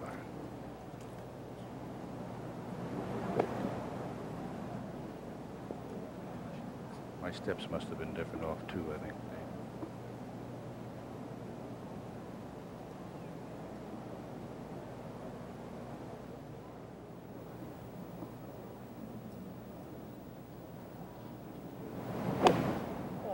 He left it to the right. It'll miss the green right, Steve.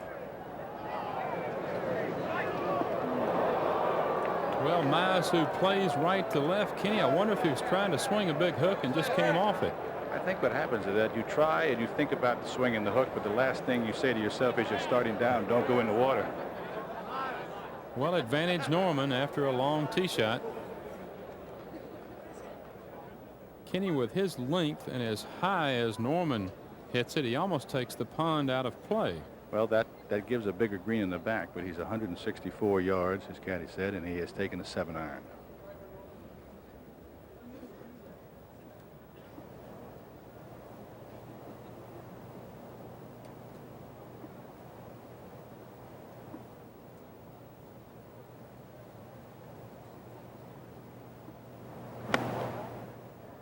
He left it to the right. It'd be lucky to get on the right side of the green. It may miss the right side of the green, just by a bit. Well, that's the respect the players have for the dangerous 11th, both playing wide right. Mize obviously far right of the green. Let's go back to the Butler cabin and Brent Musburger. All right, Steve, let's run through some other finishing scores. Mark McCumber at 2 over, Roger Maltbie at 2 under. They'll both be back. Remember, the top 24 qualify for next year's Masters. Larry Mize still competing. Johnny Miller wound up 10 over. Jody Mudd, he was spectacular early today, went out birdie, eagle, birdie. And Jack Nicklaus, of course, the 6-time winner, another great finish. Greg Norman still out on the course. Mac O'Grady at 17 over par in this Masters. Mark O'Meara wound up 6 over. Corey Pavin, and what a disappointing tournament it wound up being for Pavin, who was 5 under at one point. Gary Player made the cut again, wound up 9 over. Calvin Peete was 8 over for this year's Masters. Don Pooley put on a burst and wound up finishing 12 over. Picked up 5 shots on the closing holes today. Scott Simpson 7 over. Gene Sowers 8 over here this weekend. And Joey Sindelar at 9 over par, and he certainly will be able to do better than that in the years ahead. Craig Stadler, a Masters champion, 3 over. Curtis Strange, what a roller coaster ride he took this year. He was great, and he was also awful at different times. 2 over he winds up. Jim Thorpe, 10 over par. Bobby Watkins, Lanny's brother, he wound up very respectable, 4 over par, so he'll be back next year competing in the Masters. And there's his brother Lanny. He was 2 over, and Dennis Watson wound up 7 over par. D.A. Wybring at 1 over par, and Tom Watson at 1 over par. He was within striking distance at one point. Mark Weavy wound up 9 over. Fuzzy Zeller 8 over, another Masters champion who competed. So Mize and Norman now come to the 11th green. This is the second hole, sudden death playoff in this year's Masters, and a reminder that right after this sudden death ends, we will take you to 60 minutes here on CBS. Now let's go back to Steve Melnick and Ken Venturi. Earlier in the day, when Mize played the 11th hole, he missed the green to the right, not quite as far right as he is now, and played a pitch to about 15 feet, but made the putt for par. Steve, his caddy was walking down the fairway, and he said, we've been over here before, we got it up and down, but I don't believe he was this far right, was he? No, Kenny, he was 10 yards closer to the green than he is now. Kenny, he may be back far enough that he can pitch the ball in the air and hopefully land just on the putting surface, and with the speed and the firmness, the ball should not have any trouble reaching the hole. He's got a sand wedge, and you know they have the wedges with those 60 degrees, and That wedge looks like it's got a lot of loft, so I imagine he'll hit it really high just on the green and feed it down the hole if he can. If he can gather his nerves and his emotions, he can play the shot. I've been very impressed by all three's composures, but mainly Larry's. He's been very, very calm.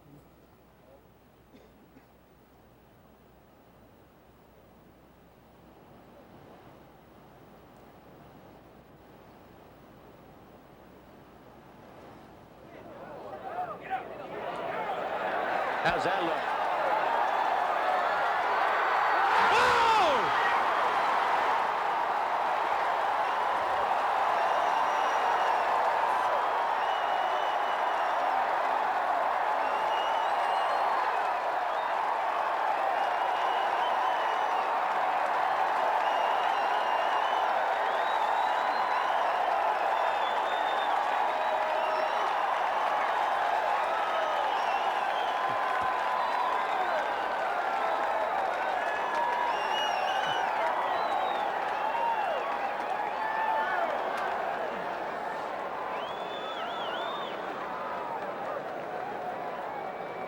Words do not do justice to the greatness of that shot. Simply incredible. A crestfallen Greg Norman. It was Bob Tway at the PGA with a bunker shot that prevented Greg Norman from capturing a second major in 1986. And now Larry Mize, the 1987 Masters.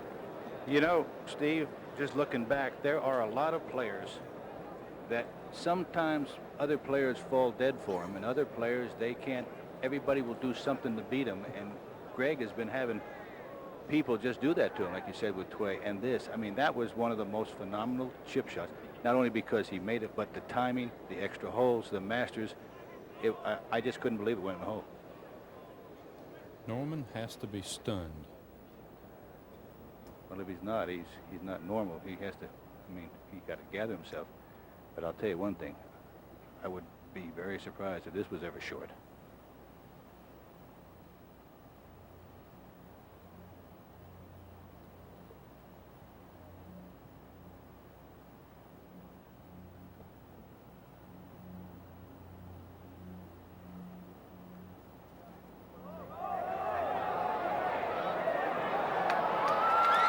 That's it. Larry Mize, the 1987 Masters champion.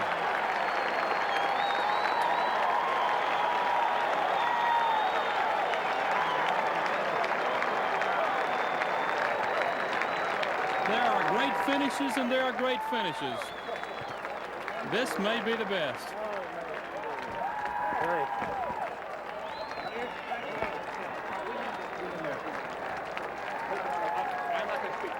That's a happy Mize family. Larry Mize in sudden death over the two greatest players the game can throw at him.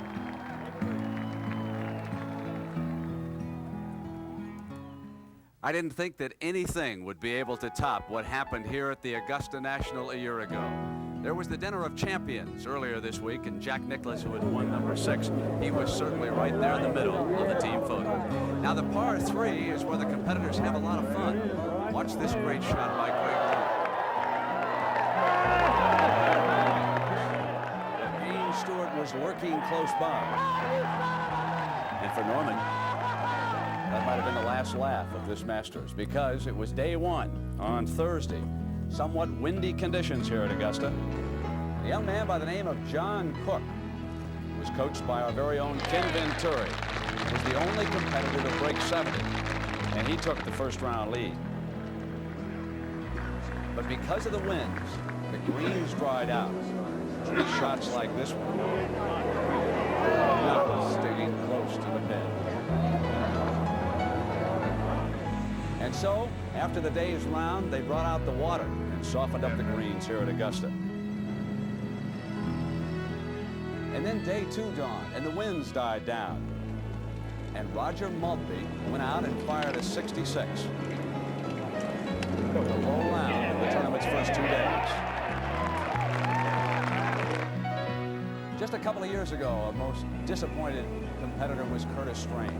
And this year, determined to come back and win the Masters that he lost at 13 and 15, he moved to top the leaderboard after the second round. There were some great shots in that second round. Bernard Langer here for an eagle at the 15.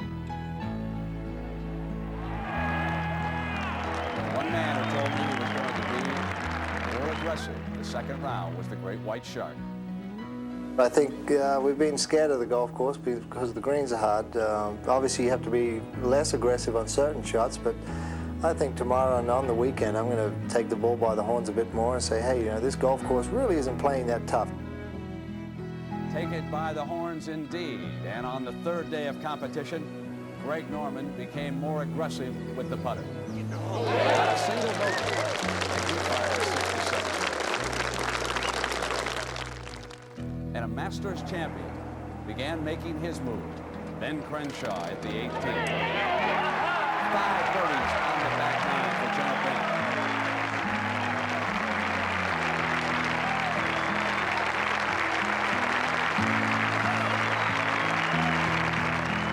You know, yes, there are always opportunities to be creative here at Augusta.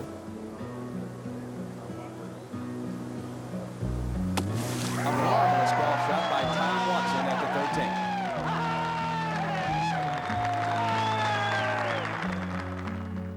And 35-year-old Roger Maltbie for the birdie here at 16. And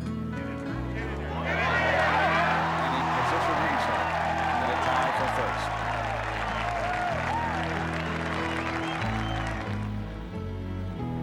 So they came to the final 18 holes. 18 holes were scheduled. Seve Ballesteros birdied at 17, went to 3 under.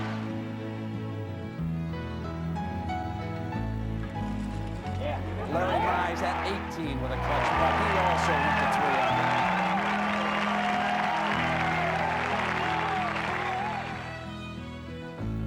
And Ben Crenshaw at 16 could have moved in the sole lead of this Masters.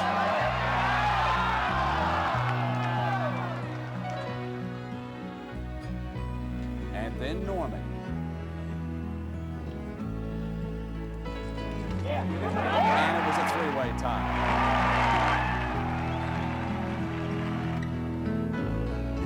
Crenshaw with an opportunity to send 4 men into a playoff here at Augusta, and he missed that putt at 17.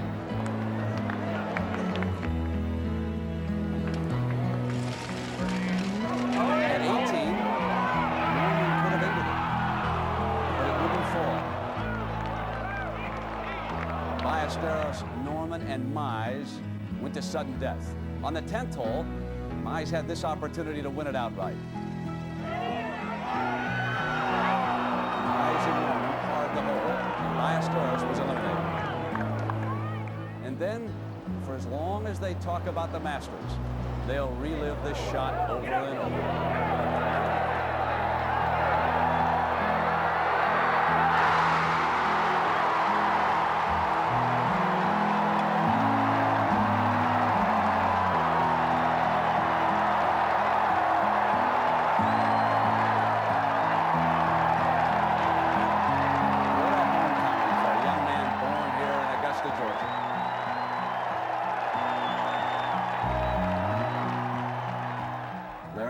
Congratulations, you were certainly looking at that putt on the monitor. Well, thank you. I just, you know, I'm pretty much speechless. I'm just trying to fight back the tears.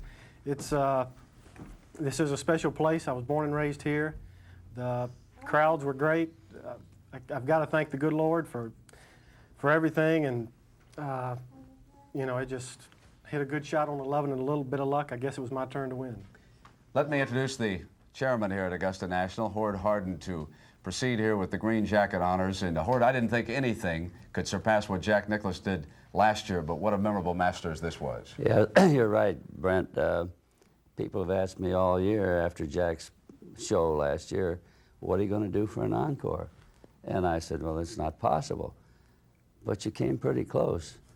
Whether it was quite the accomplishment, I'm not going to evaluate it, but first let me talk to our low amateur, Bob Lewis. He's not only the low amateur, but he's the only one left when we got down to the cut. Bob congratulations. I know you'll be back next year because you're eligible under our regulations as a member of the new Walker Cup team. We look forward to having you back. Before I talk to Larry, I think it only appropriate to say how most of us feel about Jack's accomplishments last year. It was spectacular, it was great, it came at the right time for golf, and thanks for giving us that year. Thank you, Herb. Now, Larry, you tried to say how you felt. Have you gathered your thoughts at all? Well, it's a dream come true. The reporters have asked me all week, had I dreamed of winning it, and I had. But this is one way I'd never dreamed of winning it quite like this. You know, beating two of the greatest players in the world is a big thrill, but you know, winning the Masters, you know, the thought of being able to come back here every year from now on is just very special to me, and I don't know, it probably hasn't hit me yet, but it's just, as you saw out there, I went off the ground and I probably could have dunked a basketball about that time, and I normally can't. But this place is like none other. I know when I come here, like everybody else, just the air that's here, it's just the most special place of all, I think. Well, because we've run over so long today, it's come time to put the green jacket on you, which I think you know makes you an honorary member of this club, and we're delighted to have you in our group. Jack, would you do the honors? It'd be my pleasure. Larry, it's always a pleasure to put the coat on a champion, particularly the way you did it out there, my friend. You did a nice job. Congratulations, Jack.